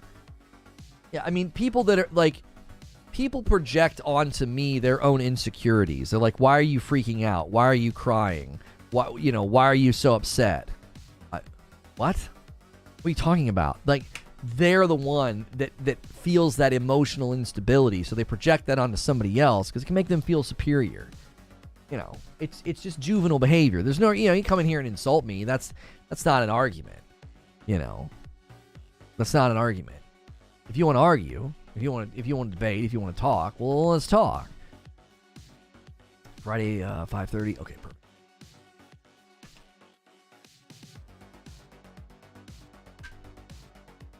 Thieves see thieves everywhere.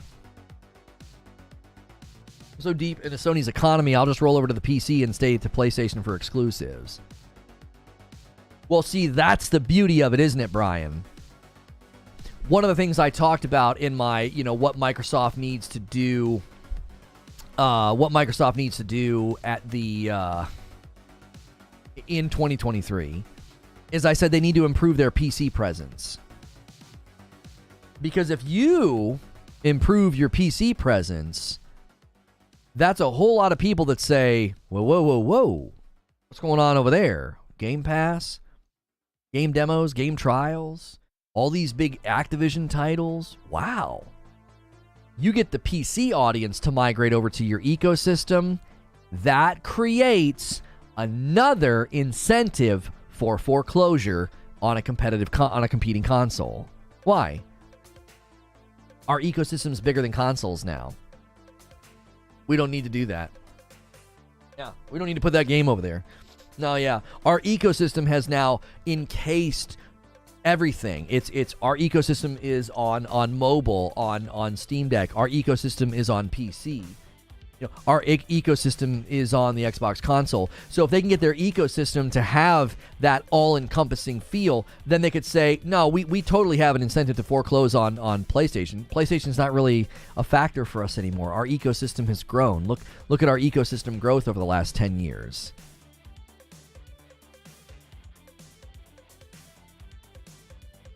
Now, if you just calm down and see, now you're seeing why Sony has been saying from the get-go, this deal is bad for us. You're trying to cut us out of endemic revenue. This is something that is woven into our platform, and you want to cut us out of it. And for people to say, you know, sucks to suck, that's competition, that's just a fundamental misunderstanding of why acquisitions need oversight.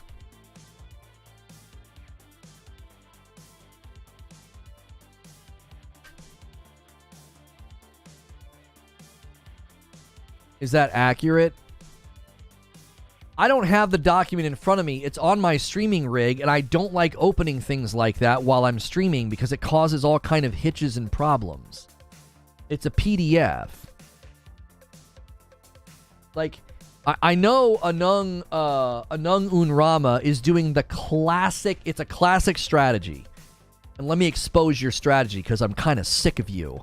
You come in, and instead of engaging with any of my argumentation, I show this, I show this, I show this, I trot out all this argumentation, I trot out all these points, I walk through an 18-page document monologue, and you find the one thing I didn't talk about. And what you attempt to do is you attempt to create this splinter and say, well, he didn't read the entire document, there's this one thing he's leaving out. You're attempting to denounce or disrupt my coverage by bringing in one thing. It's a scummy tactic because the oversight committee has no bearing on anything I've said today. It doesn't.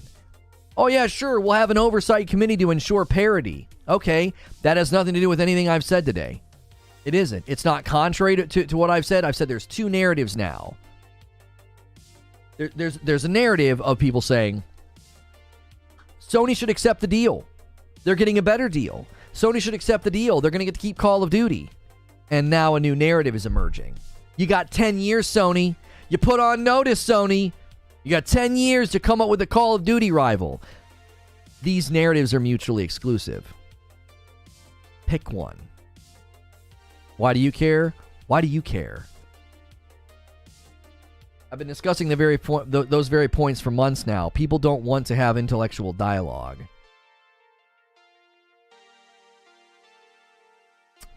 What can I find for you to read?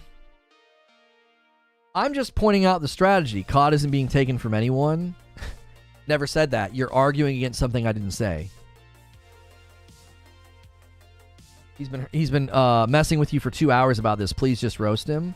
It's a scummy argumentation tactic. It's just scummy. It's like, I trot out all this argumentation, all this logic, and you intentionally avoid all of it. You don't address all of it. You don't engage in dialogue with me. You're doing the classic tactic of, I'm going to talk about Lono. I'm going to talk about Lono's argumentation and his coverage instead of engaging with what he said, because you can't. Your inability to engage with what I'm saying forces you to take scummy, underhanded tactics of misunderstanding me, claiming I'm omitting info or didn't read the entire document. And you just said COD's not being taken from anyone. You're not even engaging with what I'm saying. It's exhausting. The ban should have stuck the other day. You're not allowed to hang out here. You flat tire the discussion because I have to keep going back and saying, I didn't say that. I didn't say that.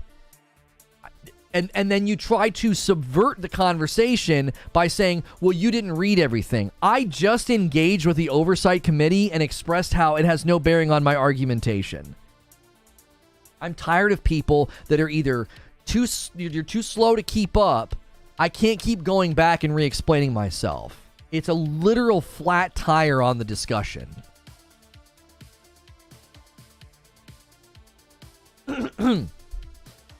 It's literally a flat tire. I have to keep going back and saying, that's not what I said. That wasn't my point. That's not what I said. And it's exhausting. You're only doing that because it doesn't allow me to continue the conversation flow. It's a tactic. It's a scummy, underhanded tactic.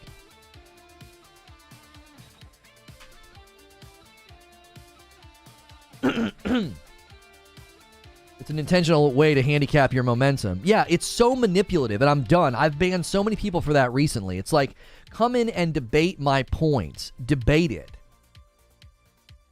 Food for thought. Saying the sky is blue is not defending the sky being blue. Thank you for the $5 tip, Basement Radio Arcade.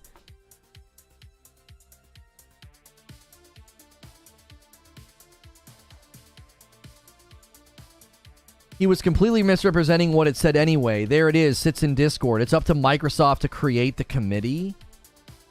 It's literally up to them to create the committee. Wow. Why do you entertain him? Just ban him and move on? Well, okay, you have to understand something. I don't like feeding into the narrative that I ban people for disagreeing with me. There's another tactic that people use, is they come in and they provoke a ban so then they can go lie to people and say, oh, that guy bans you if you disagree with him. It's literally part of my brand to discuss and engage in debate and dialogue. And people come in and they're really underhanded. They don't insult me. They don't provoke the ban. But what they do is they flat tire the discussion and they intentionally misunderstand me and misrepresent me. Or they attempt to subvert all of my coverage by being like, well, you didn't read everything. Here's this one line. Here's this one paragraph that you didn't read. And it's like, that has no bearing on my argumentation, because if Microsoft were to pick a committee to oversee the delivery of Call of Duty over the next 10 years, that has nothing to do with any of my coverage. It doesn't.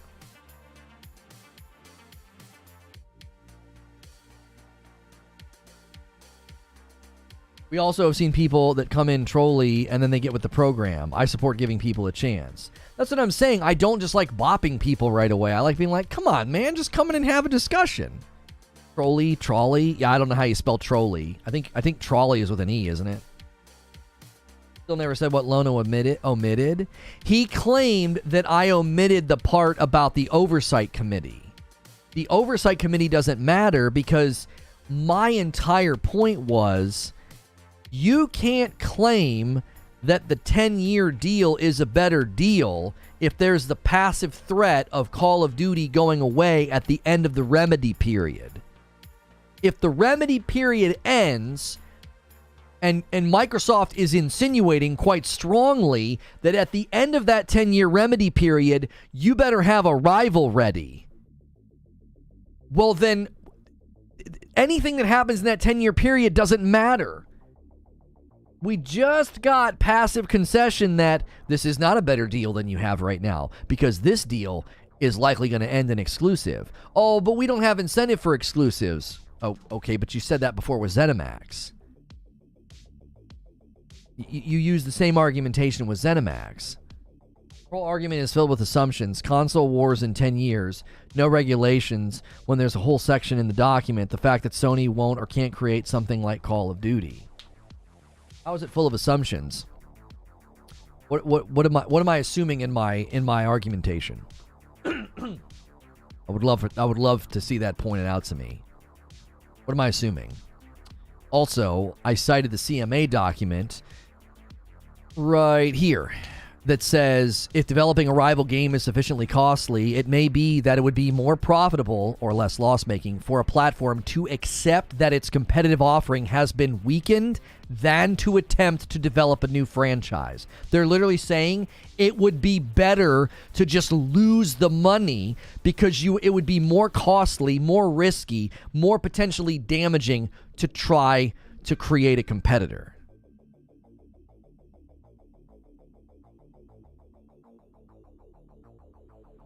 CMA said that. They're literally saying, well, yeah, it's probably more cost effective to not even do it.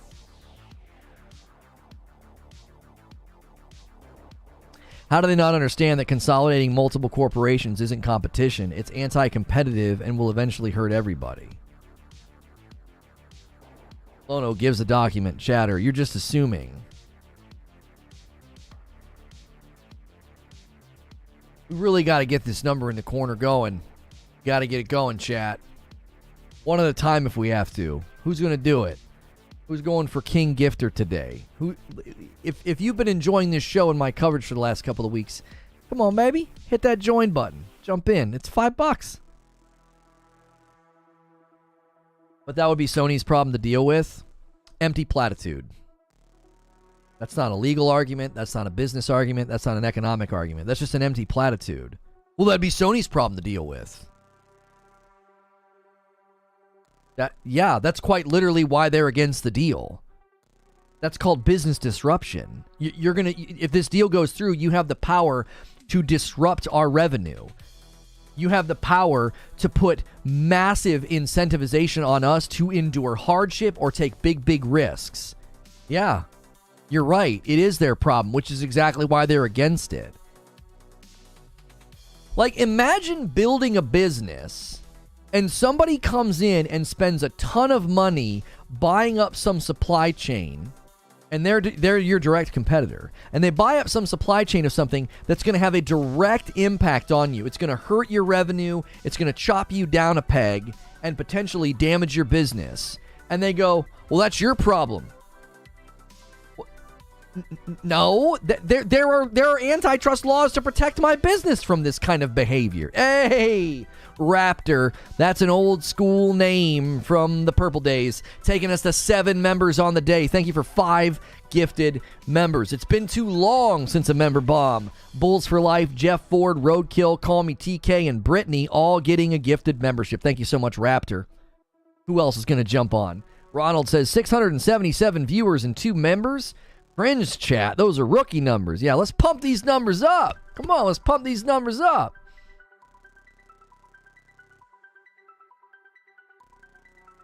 That's what Lulu meant by a better deal. She's saying the current contract's fit to be up anyways. They could just get the rights to Xbox. So they could just get the rights to Xbox like Sony did. Yeah, but that's such a bluff, and you know it, Mike. That's a bluff. If they don't get it, yo, Freezy Pop has had some good things to say this morning. Thank you so much for gifting a member to him. Kicking it with Timmy B, gifted a membership to Freezy Pop. Makes me think of Fizzy Pop that I kept saying yesterday.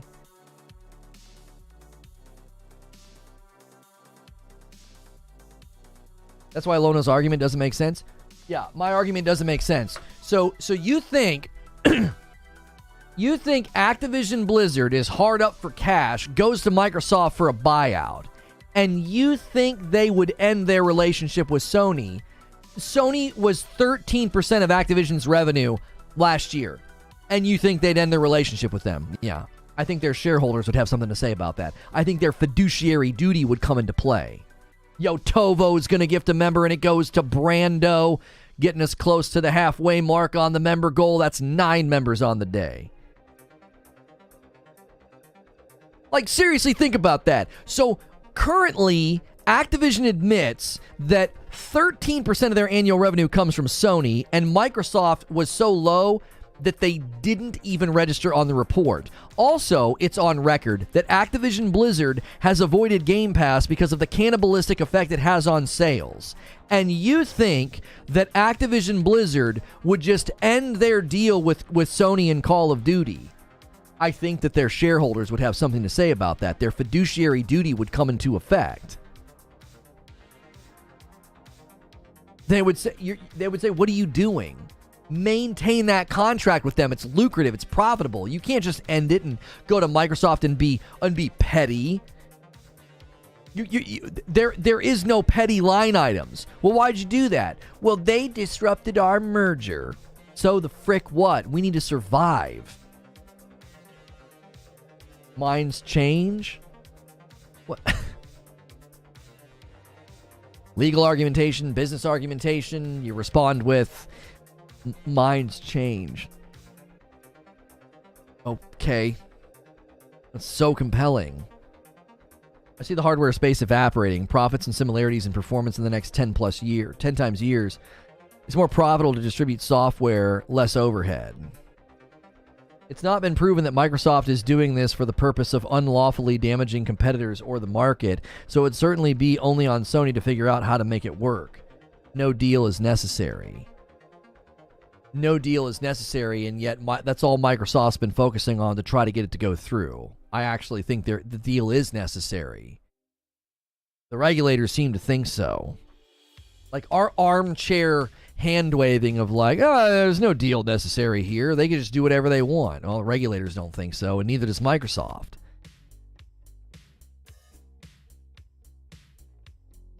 It's literally the power. It's happened before. That's the power of marketing rights. Where do you think people played COD the most on the 360 cycle?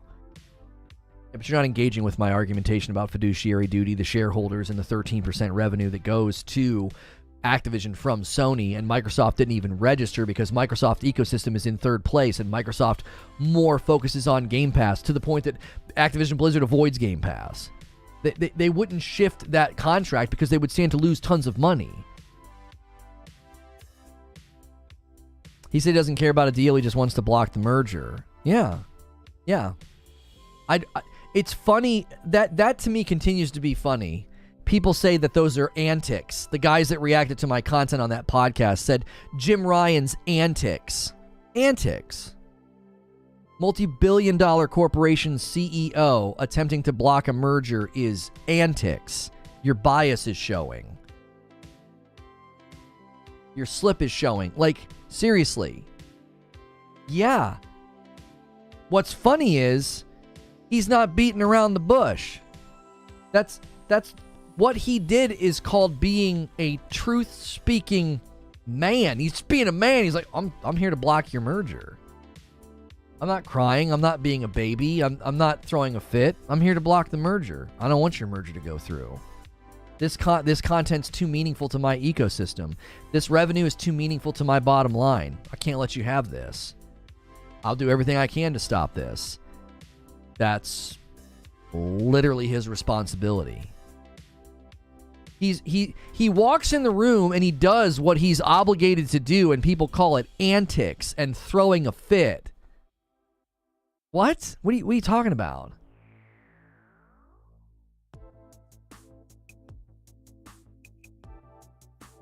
Right, yeah, straight to the point. I don't want a deal. I want to block the merger. I'm not here to broker a deal. If it goes through, well, we're going to push for as many concessions as we can get. Because if you suddenly have this level of power over our revenue streams, well, we cannot abide that. We cannot allow that. He's doing his job to protect the company he works for, just like Microsoft is doing their job trying to buy up the market. They're both doing exactly what they're supposed to do. Right, and only one side accuses the other of antics and fit throwing. Who's the desperate and insecure one again? Remind me. Is it the side that's constantly accusing the other side of crying? Constantly accusing the other side of throwing a fit and doing antics? I feel like the side that's doing all the name calling and all of the projection of emotion, I feel like maybe that's the side that's desperate and insecure in the discussion. Because you're resorting to weak argumentation tactics. You're resorting to emotionally charged language. That's typically a sign of insecurity. If you can stick to the facts, if you can stick to the legal argumentation, well, you don't need to do all that. You don't need to do all this grandstanding. Dismantle Sony's position logically. Dismantle what Jim Ryan has done logically. Do it from a business perspective, an economic perspective. Do it from a legal perspective. Do it. Name calling and blustering and putting tears on his face on your thumbnails, You're not doing anything. You're not arguing. You're just showing a lack of ability. You don't have the ability here. You seem to not be able to do what's required.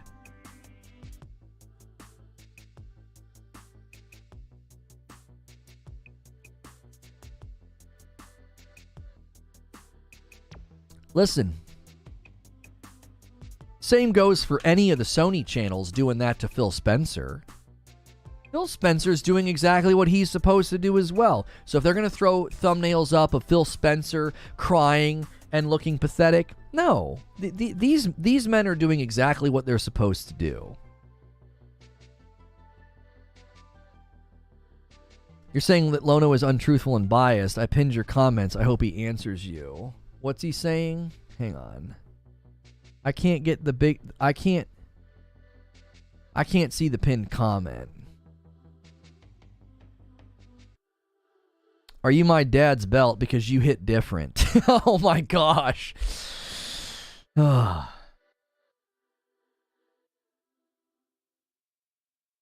thought this wasn't the goal? He's been clear from the beginning he's wanted to block it. Moderator pinned a comment. You're just not going to be truthful? Demonstrate how I've not been truthful. See, there's a huge problem on the internet. There's a sickness. And the sickness is people who are deluded into thinking that an assertion is an argument. An assertion is not an argument. Phil Spencer is wrong. That's not an argument. That's an assertion. If I were to say that and then just move on, I haven't argued anything. I haven't substantiated my claim. I have merely asserted it. Assertions are not, right? They are not at all. Assertions are not arguments. That's a giant sickness in dialogue. Unrama, you ban evade again. I'm going to reach out to my partner manager. Stop it. Ban evasions against TOS. Quit making extra accounts and coming in here. You're no longer welcome. You walked yourself out the door, not me. So if you're going to say, hey, Reforge Gaming, your argument's wrong. You're biased. You're untruthful. Those are all assertions. Those are all assertions. Those are not arguments. Substantiate the claim. Y'all are confusing exclusive with marketing rights. It literally doesn't hurt COD. I'll never get that question answered. How would selling the marketing rights to Xbox, though, for more money limit COD growth? Well, I don't know if it would limit COD growth, but it would certainly affect Sony's ability to position that content on their platform. Because think about it like this. If you lose the marketing rights, that means you don't get the trailers. That means you don't get the B-roll. That means you don't get any of the primo treatment or placement. You lose all of that. What that does is that affects what's called top-of-mind marketing. So top-of-mind marketing is... it's one of the reasons that even with a DVR, you're like fast-forwarding through the commercials. Like, let's say you recorded the Super Bowl and you're fast-forwarding through the commercials. One of the reasons that commercials now have entire frames of just their logo, they know you're going to see that. You're going to see the golden arches. You're going to see the Budweiser logo. What that does is it creates top-of-mind marketing. Top-of-mind marketing means it's at the top of your mind. So when you're out at the store, you think, let's get some Budweiser. You're out driving around, let's get some McDonald's. Top-of-mind marketing is incredibly effective in securing sales and conversion rates. So, if Sony suddenly loses the marketing rights to Call of Duty, it would have an immediate effect on the percentage of conversions, pre-orders, all those things that they get to do to procure funds and make money. It would have a negative effect on that. So that's what people don't understand. Something as simple as losing the marketing rights will have a negative impact on Sony's revenue streams with respect to Call of Duty. That is a valid concern as a business. That's a valid thing to bring up to the regulators. If you allow your direct competitor to just buy something and then negatively impact your revenue, if you think that's just totally fine, that's how the business world works, you haven't paid attention to the last 120 years of antitrust law. You can't just buy something up and use it to negatively affect the revenue streams of your competitor. That's not something that we allow. And shrug-shouldered hand-waving just shows you're too ignorant to enter the discussion. So, that's Sony's problem. Thank you for admitting that you don't have the ability to enter the discussion. Well, that's Sony's problem. So what? That's competition. You just admitted that you would flunk out of a business class in a community college your first semester. You would, the first pop quiz, F. You're done. You don't even have entrance level understanding of business practice. I just walked out in detail all the layers that affect a company's revenue stream, whether it's top-of-mind marketing, marketing contracts, pre-order incentives, getting your content in front of people, maintaining those audience members through loyalty spiffs, and making sure you're emailing them or putting things in front of them. They open up PlayStation and there it sits. I walk out all of that and how that's just literally one layer that would negatively affect Sony's revenue streams, and the response is, so what? Who cares? That's Sony's problem. You literally aren't even getting into the stand. You're not even getting into the stands, the stadium, or the field of the argument. You're outside in the parking lot throwing rocks in. So what? You're not even entering the discussion.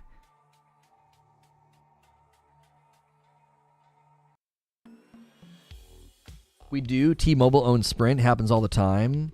Okay, T-Mobile buying Sprint. What did that do?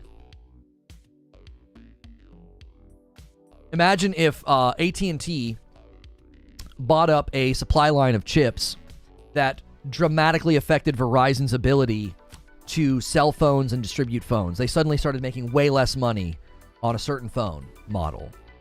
Verizon would have every right to push against that and say, if you buy that as our direct competitor, you can harm our revenue streams overnight. You can harm our revenue streams overnight. When your direct competitor buys something that you rely upon for revenue, you have a duty and a right to protect it. Nobody understood my McDonald's Coke analogy, because all I was trying to do was establish when you have two competing companies and one of those companies wants to buy something that would give them the power and the ability to harm and diminish the revenue of their competitor, that is against regulatory principles of business. You don't let companies do that. Because if you give them the power to do that, they could slowly kill every form of competition. Every form of competition. Yeah, this guy, competitor over there, no problem. Let's see. Where do they make a good chunk of their money? Oh, well, this company makes a good chunk of their money by selling these little gadgets. Okay, buy the company that makes the gadgets. Buy that company. Yeah. Okay. We now own that company that makes the gadgets. Okay, let's raise the price. That if that company wants to buy these gadgets now, let's raise the price. New contract, new negotiation deal. And that company says, whoa. You just murdered our margins. We're now making millions less dollars a year. We have to downsize. We have to close production lines. We have to fire people. We have to close. We have to shut down. We have to end. This is exactly why these laws are in place. You think Microsoft is buying too many gaming companies? A lot of acquisitions lately? I think consolidation of this level is bad. You keep saying that with such certainty, it makes me uncomfortable. I wouldn't say anything with that much certainty. What am I saying with certainty? What am I saying with certainty? What? I haven't said what will happen. I've said that if your direct competitor buys something that then it gives them the power over your revenue, that's something that gets blocked all the time. That isn't the correct analogy, though. Coke can still be in McDonald's. McDonald's just doesn't have the marketing rights. They can still sell it. Again, a fundamental misunderstanding of the analogy. You just display that you don't understand the analogy.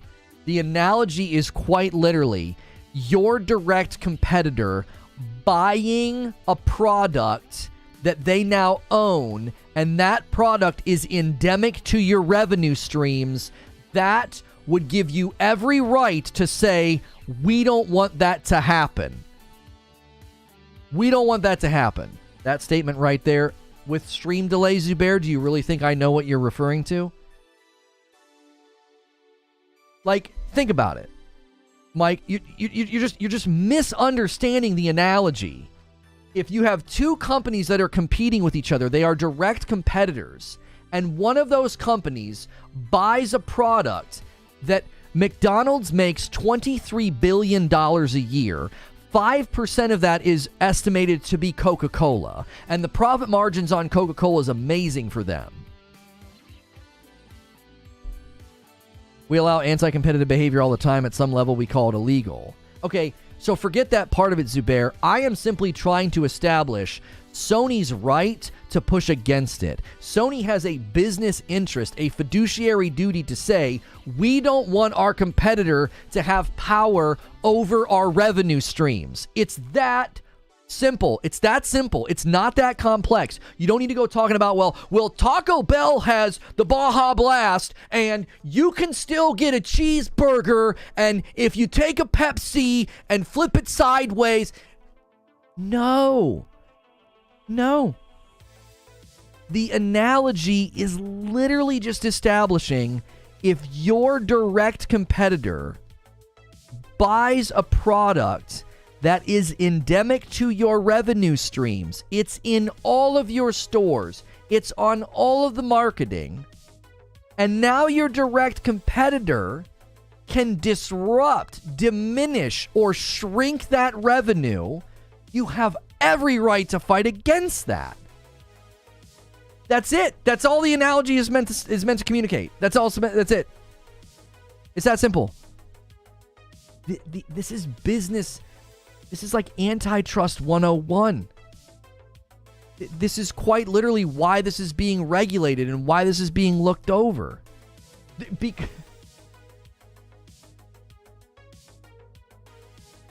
Nobody's talking about this from a business or legal perspective. They're talking about it from a fandom perspective.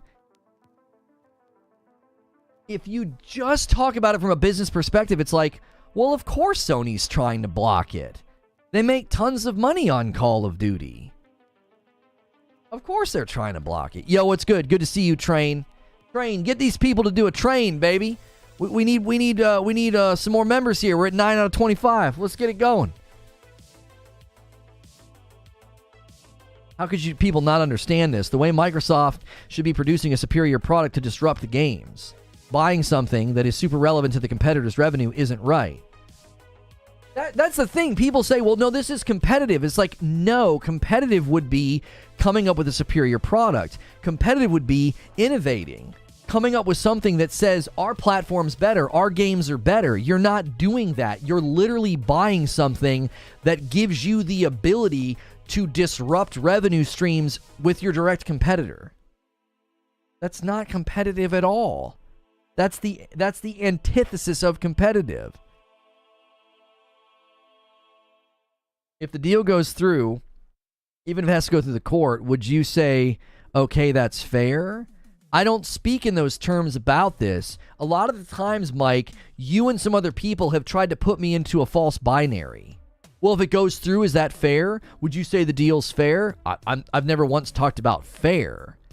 I've talked about what is good for the market. I've talked about consolidation in relation to consumer options. I've talked about squelching innovation because Microsoft won't have to innovate. They'll just suddenly own a bunch of revenue streams. They don't have to do anything to them. Microsoft's history with franchises and developers that they've bought isn't a great history. I've talked about why Sony has a vested interest in blocking the deal. I've never once talked about is it fair or not. Brain says with a $5 tip. You heard him. You heard Lono. Let's go. Thank you for the $5 tip. Would you say the regulators were corrupt or something? No. Why would I say that? I don't need to run with propagandistic language. You're trying to put me into a corner of being like, well, if the deal goes through, are you going to say that the regulators are corrupt? What are you talking about? The regulators are doing everything they're supposed to do right now.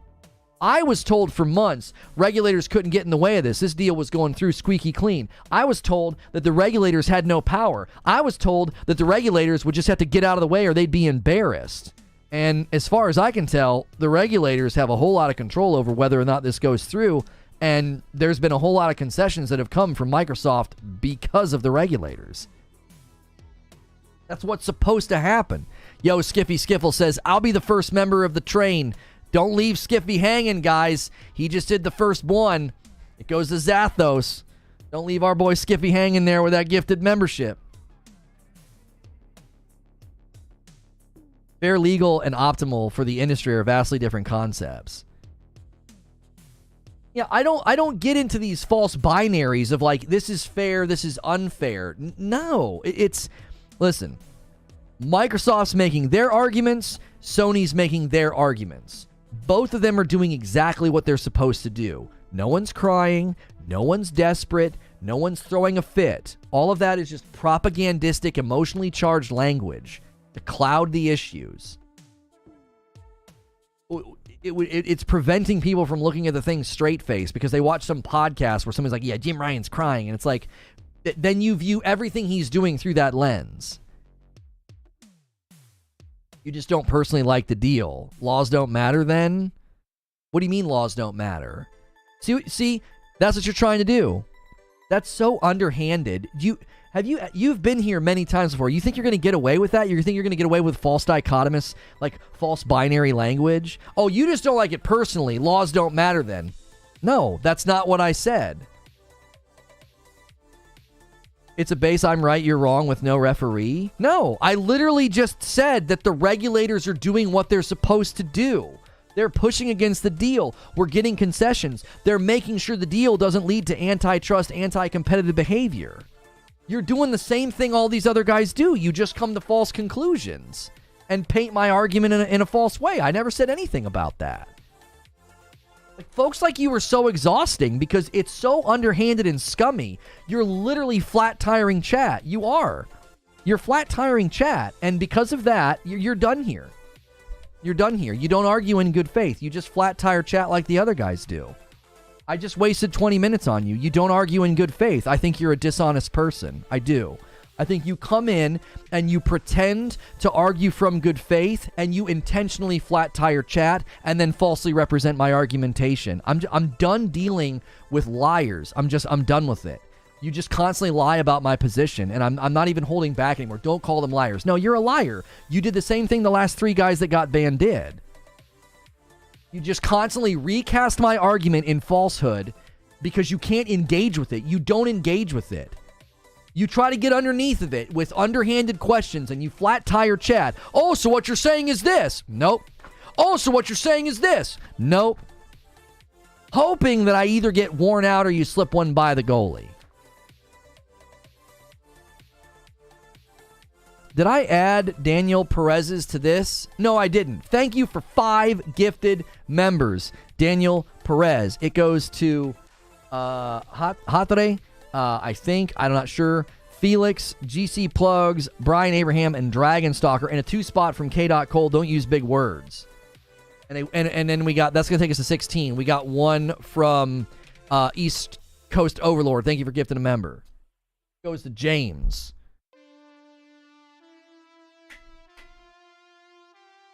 It's so frustrating. It's so frustrating. Like, I give you my time. I give it to you like a gift. And you squander it.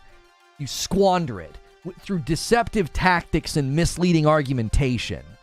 Instead of having a conversation with me, you want to constantly try to like, yeah, so what you're saying is this. It's just personal. No laws matter. Like, what? What are you talking about? Yeah, that's who it was, Sven. 5 months from Capono. I've learned so much here. Thank you. It's not about liking the deal or not. Both companies are doing what they're supposed to do. Here's the thing. That's what they try to do. They try to say, oh, well, you're against the deal, so your coverage is biased. Okay, well, you just established that no one can talk about the deal. Because there are people that have looked at this and concluded it's a good deal. There are people that have looked at this and concluded it's a bad deal. You can't listen to either side then.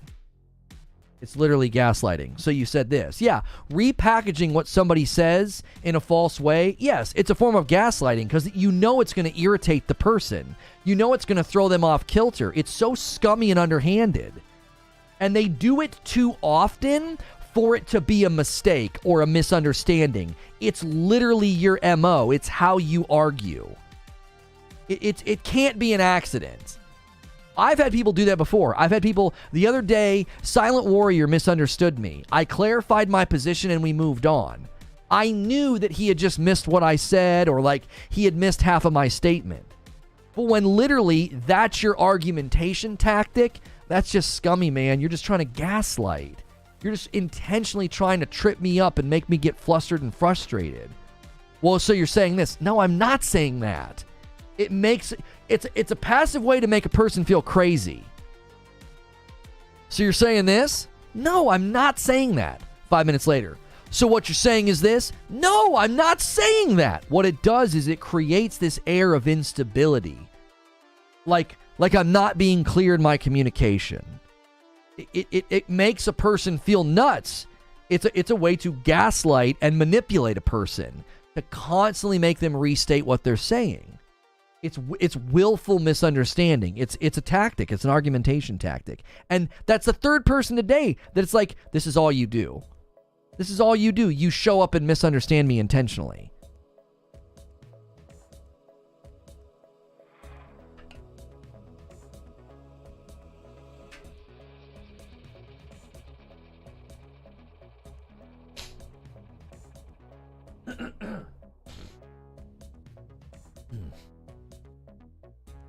I think they get insulted because Lono uses words they don't know what they mean. I mean, I don't know. Did somebody else order some coffee? Yes, I'm sorry. I missed a coffee order 10 minutes ago. A triple threat to Casual Grinder. Casual Grinder's in here gifting members all the time, buying coffee. You're the frickin' man. Guys, make sure you're smashing the like button. We are now 9 members away from the daily goal. If we hit 25, I have to gift 5 members. I have a great video today we have new details about Assassin's Creed Red, and then I debrief with members. That's a great reason to be a member. You get to debrief on the day. It's too easy of an analogy and an explanation to require that much explanation. Yeah, it's willful. It's willful at that point. Gaslighting isn't real. You're just crazy. That's good. That's very good. I will never understand why more people don't state their case and they waste characters re-explaining what you said incorrectly. Just state your point and wait. It's an argumentation tactic. Hey, this guy. Hey, Gopzilla. Gopzilla is now a member. Thank you so much, Casual Grinder. Guys, Casual Grinder's going for King of the Castle. He wants to be most gifteds for the month. Who's going to get in his way? Gopzilla, Shaw Radar, Jallo, Jeff England, and Co Korea. East Coast Overlord with a $10 tip through Super Chat. To anyone trying to slip one by Lono, trying to falsely summarize him, the Destiny community had more skilled people and they couldn't do it. You have no chance. We deal in facts here. That's right. Raymond with a $3 tip. Thanks for the live. I really appreciate it. Yeah, the idea that people think they're going to get me to be quiet with slander, with libelous statements, with lies, with headlines, you don't know who you're dealing with. You're never going to get away with that. I guarantee you what they'll do, though. These guys will show up on Twitter and they'll say, yeah, he couldn't answer my questions, so he just banned me. Like, start the clock. Countdown before that tweet gets tweeted. Yeah, man, he just couldn't hang with me, bro. I was asking him questions and he just banned me, bro. I just went in and asked questions. Start the clock. Yo, another one. Guys, are you really going to let him do this? He always takes the glory. By himself gets us to the member goal. Casual Grinder with another 5 gifted. It goes to Mullet. They call me Kruger the Turk. Branson Skidmore. Jay Vindictive. I love seeing names I recognize. Thank you guys so much. And the Turk.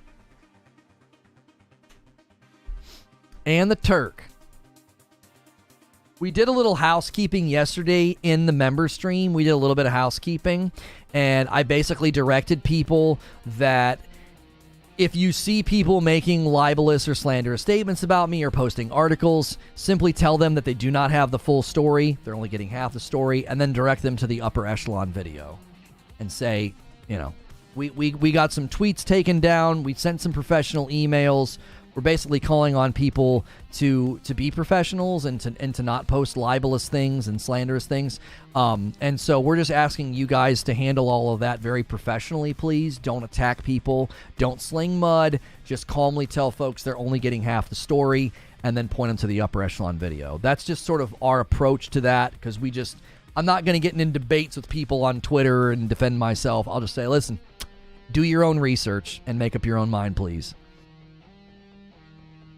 Xbox going to end up like Netflix, no game consoles, just streaming to whatever devices you're not playing, whatever they put up there to be playing. Hope they don't remove your favorite games and put on microtransactions. 420 Gaming, I just think that's such a wonderful viewpoint of it, to say, man, are you guys sure you want to let them do this? Are y'all sure you want to let them do this? Just track with me here. Just track with me for just 1 second. This is not fear-mongering. Imagine a future where, oh, and by the way, this future's already started, and we didn't even catch it. You don't own your games. You have a license to play your games. Okay? So, groundwork's already laid for this plane to take off. Okay? So this isn't fear-mongering. This is not tinfoil hat. Okay? I wouldn't want to wear a tinfoil hat. It would smash my awesome hair. Groundwork's already laid. The foundation's laid for this plane to take off. You don't own your games.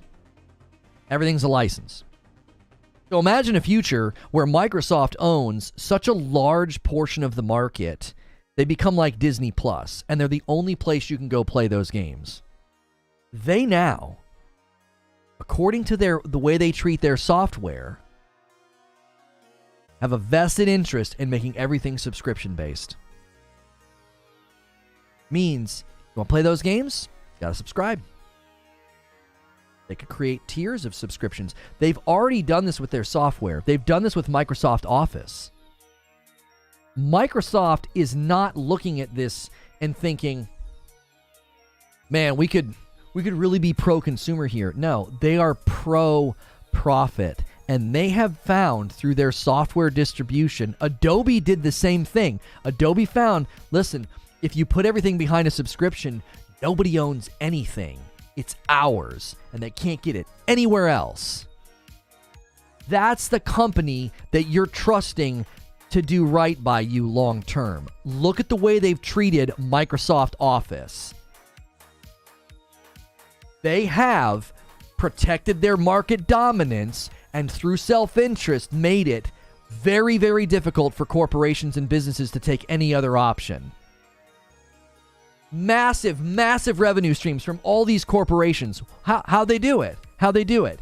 Microsoft Office is endemic to the function and the flow of so many businesses out there. And guess what they have to pay for now? Licenses to continue using it. They can't just buy the software. They're paying a subscription. They're paying for that ongoing license. Oh man, that money's beautiful, isn't it?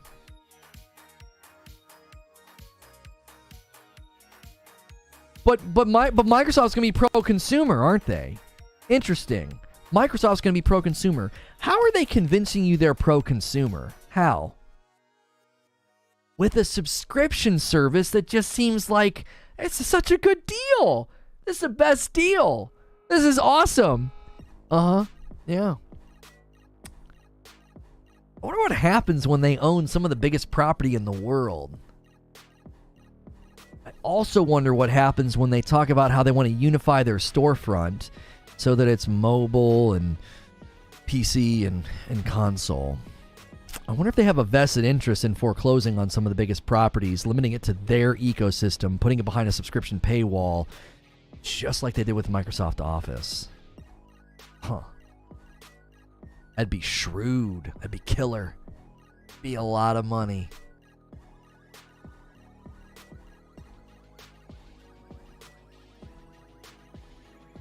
But hey, man, You like them and you bleed green. It's all good, baby.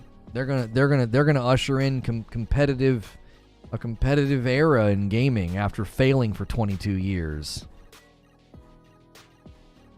Oracle and Adobe do the same thing. Bingo. It's becoming an industry standard to treat software that way, and it's already infected gaming. You don't own your games. You have a license to play the game. All they gotta do is flip that switch. That's all they gotta do. Just flip that switch, baby. There you go. Everything's behind a subscription service. Everything.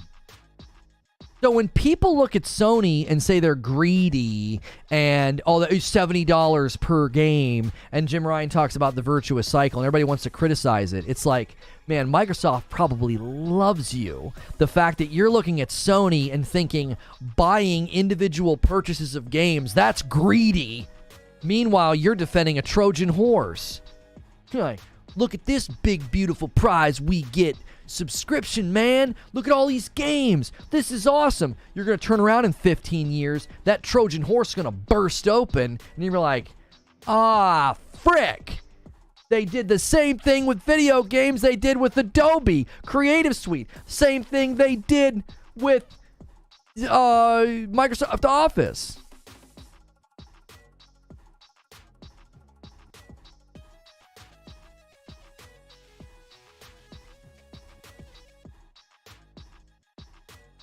Microsoft canceled Redfall on PS5.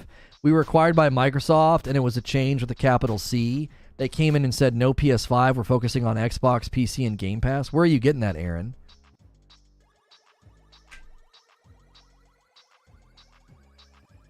And that's not really a surprise, right? Like, Redfall and Starfield were likely going to be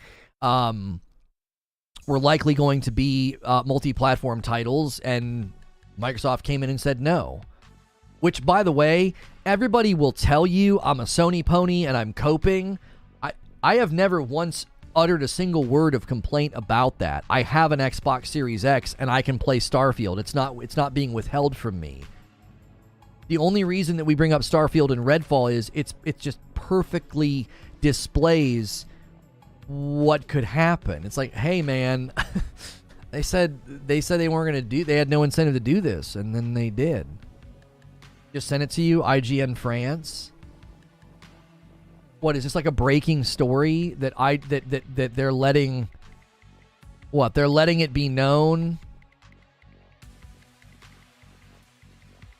A PS5 version of Redfall was in development, then canceled, confirms Arcane director Harvey Smith. I don't understand but why is everybody acting like this is big news? I'm not being dismissive.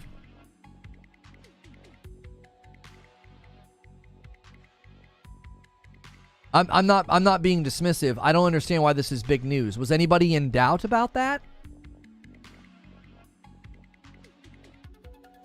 Like, did you think that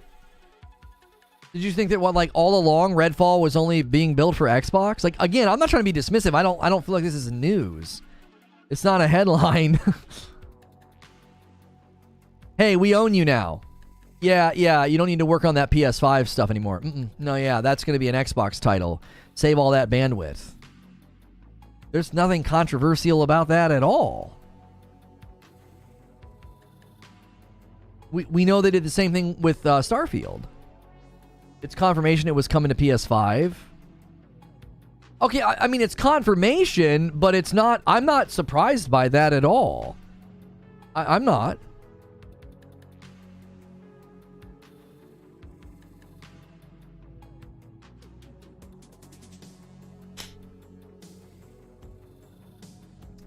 People believe Phil Spencer's lies that he didn't want to take games away from PS5, but he never said that. Phil Spencer never said that they don't want to take games away from PS5. He said, we don't want to take existing property off of the PS5. Listen, you gotta appropriately represent what Phil said.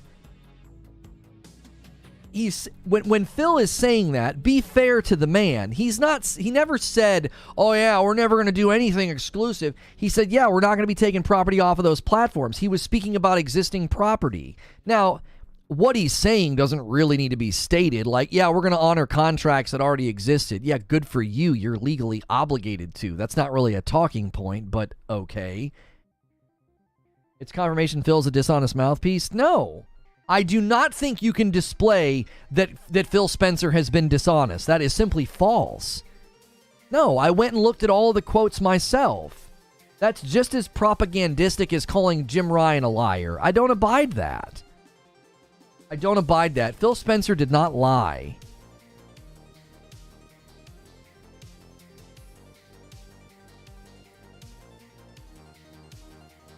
Small pushback. Office cost $7 a month originally. It now costs $10 a month. While there'll be an increase, I don't think it'll be that much. None of my argumentation had anything to do with price increases. That's not what I was talking about. I was talking about you strangle the market so that you're the only game in town. You're the only place people can get it. It's endemic to business structure, and then you put it behind a subscription so they can't own it. That's what they're going to do with video games. If you think they're going to treat video games any differently because they're pro-consumer and they like you, I'm not talking to you, Havoc, but there are people that think that. Like, you're delusional if you think that. They're going to treat video games the same way they've treated their own software. They'll buy games that are endemic to the ecosystem of gaming, and then they'll put it behind a subscription and be like, yeah, if you want to play this game, you got to subscribe.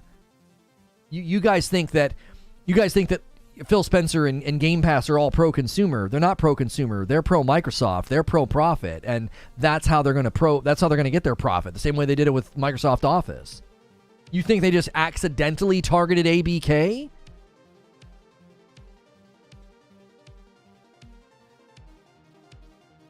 Yeah. Phil did not lie. Phil Spencer did not lie. Jim Ryan hasn't lied. They have done the same thing that everybody in their positions have done. They have intentionally crafted sentences that don't obfuscate the truth, but they certainly make it hard for you to deduce the truth. You're like, wait a minute. So when Phil Spencer said, we're not going to take any games from PlayStation, that's true. They didn't take any games from PlayStation. They didn't take any of the existing games off of PlayStation. You can't take something from PlayStation that was never there. That's logically sound. That's logically sound. You can't take Starfield and Redfall from PlayStation if it was never there. That's a logically coherent thought.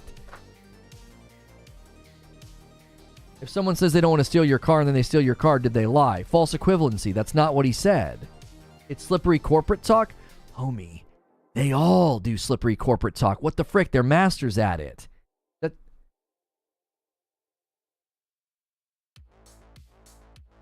There was never an announcement that Starfield was coming to PlayStation. There was never an announcement that Redfall was coming to PlayStation. Ergo, you cannot take those properties from PlayStation. It's not logically possible.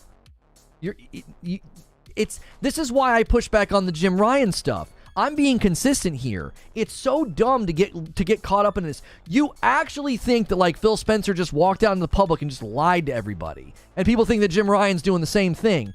No, neither of these gentlemen have lied about anything. That's just an easy way to clickbait, click farm rage. Yeah, Phil Spencer's a liar. Yeah, Jim Ryan's a liar. All you're doing is rage farming. You're not giving information or facts. You're getting easy clickism ad revenue because you know a bunch of people are going to click on your video. Yeah, he's a liar.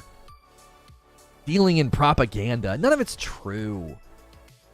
Starfield... Yes, Starfield was being built for PS5. Yes, there was talks about an exclusivity deal with Sony. Yeah. Of course. But that doesn't mean that they took Starfield from PlayStation. Why do you think I bang on Lono so hard about his occasional poor word choice? Because words effing matter. It's why we don't grunt at each other. Yeah, and I think that one of the reasons that Zubair does that is because, number one, he's a lawyer, and number two, I speak so quickly and so rapidly and so fast. I mean, how many words do you think I say in the average stream? Of course, sometimes I'm going to be maybe a little too rigid, maybe a little too hyperbolic. I've tried not to do that in these proceedings, in these videos, and in my coverage. I've tried to stick purely to the verbiage used in these companies and in their documents, and then obviously I give my opinion.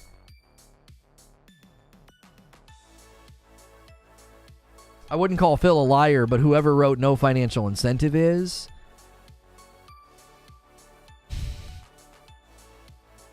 Yeah, I feel like that was yeah. I feel like that was pretty dishonest. Where's this anger coming from? I have an intolerance for dishonesty. It upsets my stomach. So when someone says Phil Spencer is lying, they get met with the same ferocity that when people come in here and say Jim Ryan is lying. That should buy me some goodwill and trust from people. I don't abide it. I don't. They'll come in here and say Phil Spencer lied, substantiated, and then your quotes are ripped out of context and misrepresented. You know what's ironic about claiming that Phil Spencer's a liar is? You're lying in order to claim it. It's dripping in irony.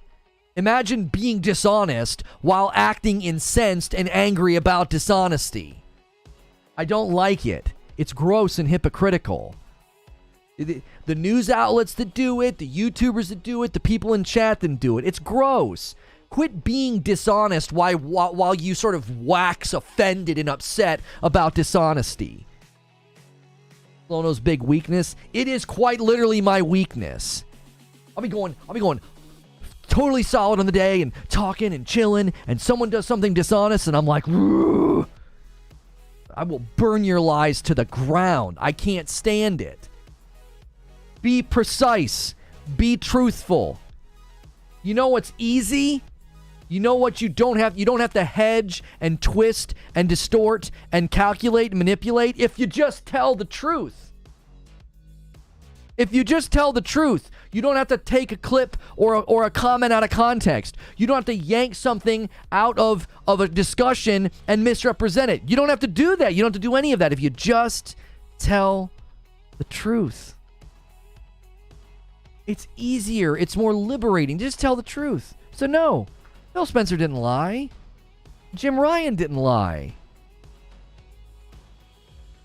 They're very, very well practiced, very well rehearsed, very successful businessmen.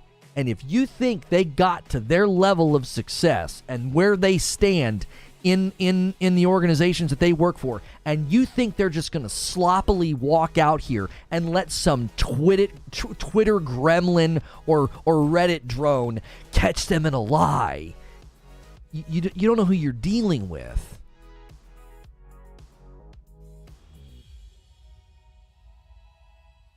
Phil's being selective with the truth. I mean, listen. If you're trying to position something from a marketing perspective, like just think about marketing. Let's go back to McDonald's. Everybody likes talking about McDonald's, right? It makes everybody hungry. What do you think about the marketing strategy of McDonald's? They position their cheeseburgers in their product and they take pictures that are not anywhere close to what you end up getting when you buy the product. And that is a form of them giving you partial truth. Am I going to get the cheeseburger, the bun, the cheese on it? Am I going to get that when I buy that? Yeah. Is it going to look like that? Maybe on a really good day, if you got like an artisan back there that really cares. Ordinarily, no. It's going to look like somebody ran over it. Like, if you're going to go down this line of thinking, then every company lies. Every company obfuscates the truth. Every company misleads you. You have to enter these discussions with a reasonable acceptance of like, well, yeah, when I go to McDonald's or Taco Bell or Pizza Hut and I buy their product, it's not going to look like the marketing. There's a reasonable amount of obfuscation, half-truth, omission, and choosing to put something in the best light possible. So, yeah, Phil Spencer's going to make their deal look in the best light possible. If there is something that Microsoft deserves praise for, they have been masterful with how they have handled the marketing and the PR around this. Masterful. Just absolutely masterful. They have the public convinced that Sony is shaking, scared, desperate, and crying. Like, with legal documents. It's masterful. A couple of tweets, a couple of interviews, and the world's on fire. They're playing the public like a fiddle. They just are. It's masterful. It's absolutely brilliant.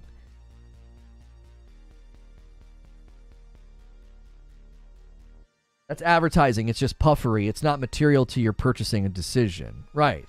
Puffery is legal. 22 minutes of Phil lying. Yeah, I just don't abide that. If you're going to listen. Accusing somebody of lying is a very serious thing to say. It's a very serious charge. And I've said this before, and I'm going to say it again. Harsh judgment requires strict inquiry. My life was torn apart by harsh judgment because there was no strict inquiry. So if you're going to harshly judge him, like he lied, where's the strict inquiry? Where's the evidence? You got to have a very substantial and compelling case if you're going to tell me this person lied. You need more than a sentence ripped out of context to substantiate a claim that somebody lied.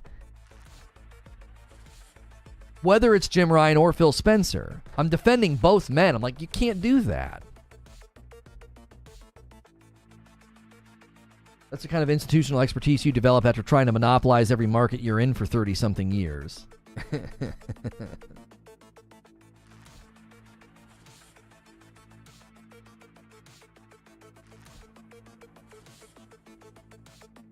See all the behind-the-scenes stuff. They use motor oil for syrup. Oh, yeah, the way that they make stuff look, it's incredible. It's incredible the stuff they use, the tricks they use to make food look amazing.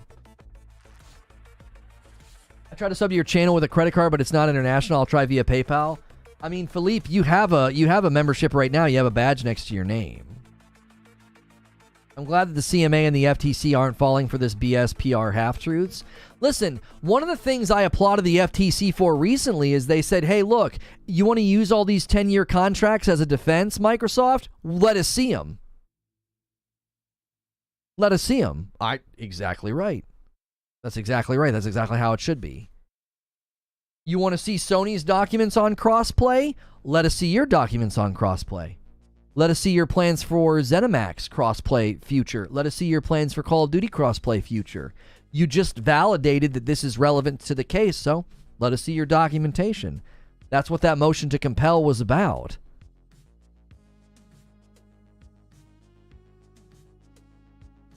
But see, if I say all that, I'm a Sony pony. I'm a crying, fit-throwing Sony pony, and it's like, no, this is good legal precedent here. This is exactly how this should go, man. Comb over everything. This is the biggest gaming acquisition in history. This thing should be combed over with a fine-tooth comb. Your fandom doesn't make it a good deal. Your fandom doesn't make it a good impact on the economy or the market. Xbox has made their crossplay attempts public. No, there was 24 requests at the FTC that were ignored, and the FTC filed a motion to compel. That's not true. Microsoft has not handed those documents over yet. In fact, they chose not to. IGN confirmed Redfall PS5 was canceled by Xbox. I don't get why people are running with that as a shock. I really don't. I'm confused on that one. I'm not shocked by that at all. I'm not going to run with that as a story. I'm not going to run with that as a story. That's not a story. I might do a short on it. I don't feel like that's a story. It's like such a non-starter. Redfall was being made for PS5, then canceled once Xbox bought them.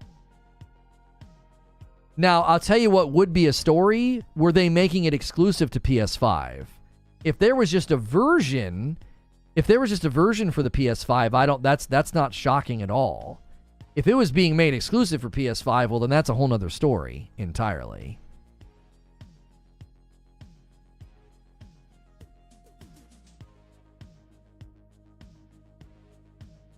They canceled the PS5 version of Starfield after Phil denied it existed.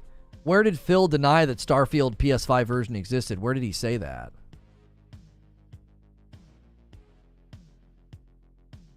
Ignored is the wrong word. Here I go again. They failed to comply with the request. I'm sure they talked about it and said we aren't satisfying this request. I was using the FTC's language, Zubair. They said that there were some requests where they got partial, and there were some requests that were just ignored. They didn't even say anything about it. They just ignored the request. The FTC used that word in their motion to compel. It was like they ratcheted it up. It was like, we got partial responses here, and these 24 were just ignored. That language is in the motion to compel.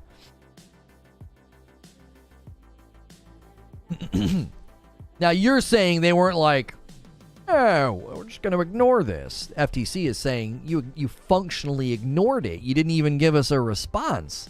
You didn't even say no. You didn't even say no. You just ignored me. It's like when I tell my kids, let's get ready to go. They don't say no, but they don't say yes. They just sit there.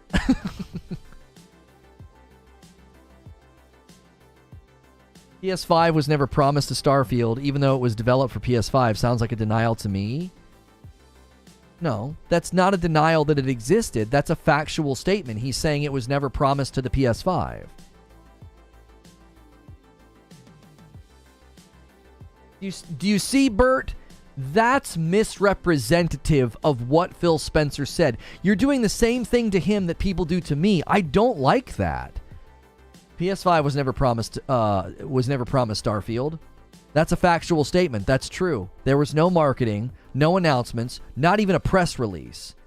There wasn't even some generic press release somewhere that PS5 was going to get Starfield. He's saying something true.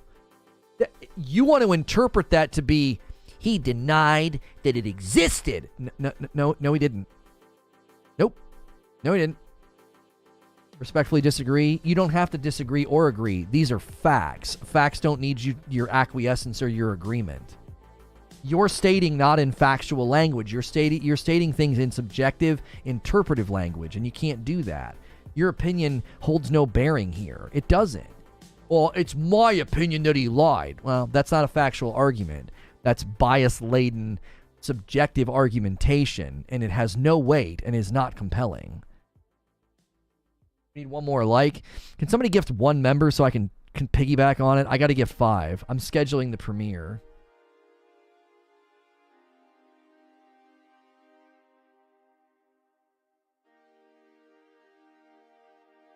How's the deal going to be blocked? Will the FTC just say no? If it gets blocked, it'll have to be I don't know. Probably a multifaceted blockage from all the regulators. I'm not actually sure how blocks work in this case.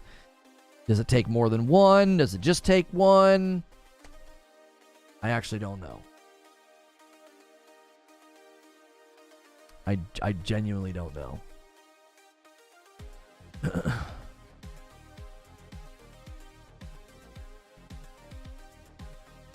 But I hope anybody that's still here that like thinks I'm a Sony pony or thinks I'm heavily biased, like I'm not letting people come in and say false things about Phil Spencer either. That takes us to 27 members on the day. Thank you, Bacon.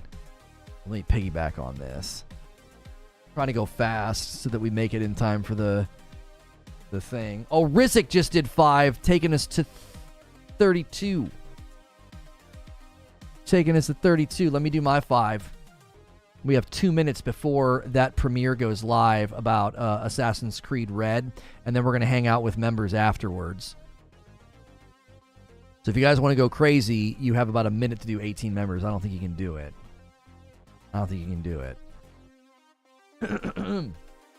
There you go. If you guys just got a gifted membership, you can hang out with us after this Assassin's Creed video. I'm going to send you guys over there in about a minute. Don't go anywhere. There's new details about playable characters and the type of game that Assassin's Creed Red's going to be. Then I'm going to hang out with members afterward. If you're watching on the Tickety Talk, use the link in my profile to come hang out on my channel. Maybe become a member and you can hang out in my member stream. So...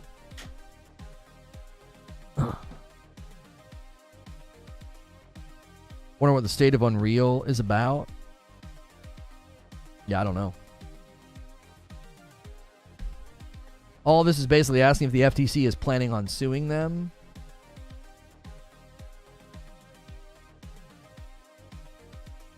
Great show. People got memberships. A few got banned. Okay, so I always do a talk show, and then I debrief with members. Before I'm going to debrief with members, though, I've got new information about Assassin's Creed Red that I want you guys to check out. Really, really cool. If you didn't get a membership today, hang out as much as you can, and you might get a gifted membership, or you could get a membership all on your own. Sometimes your first membership's discounted. I'm going to put a link in chat, okay?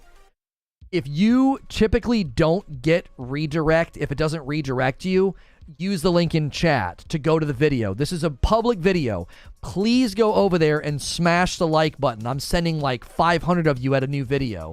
Hit the like button. We'll be hanging out in chat because it's a premiere. We'll be hanging out, chilling, and talking, and then you can join us for the members debrief after the fact. So click the link in chat or ride the redirect. Appreciate your guys. Another spicy day. It was really, really fun. I will see you guys over there in the Assassin's Creed video. If you don't ride the redirect or click the link, it'll be the featured video on the channel.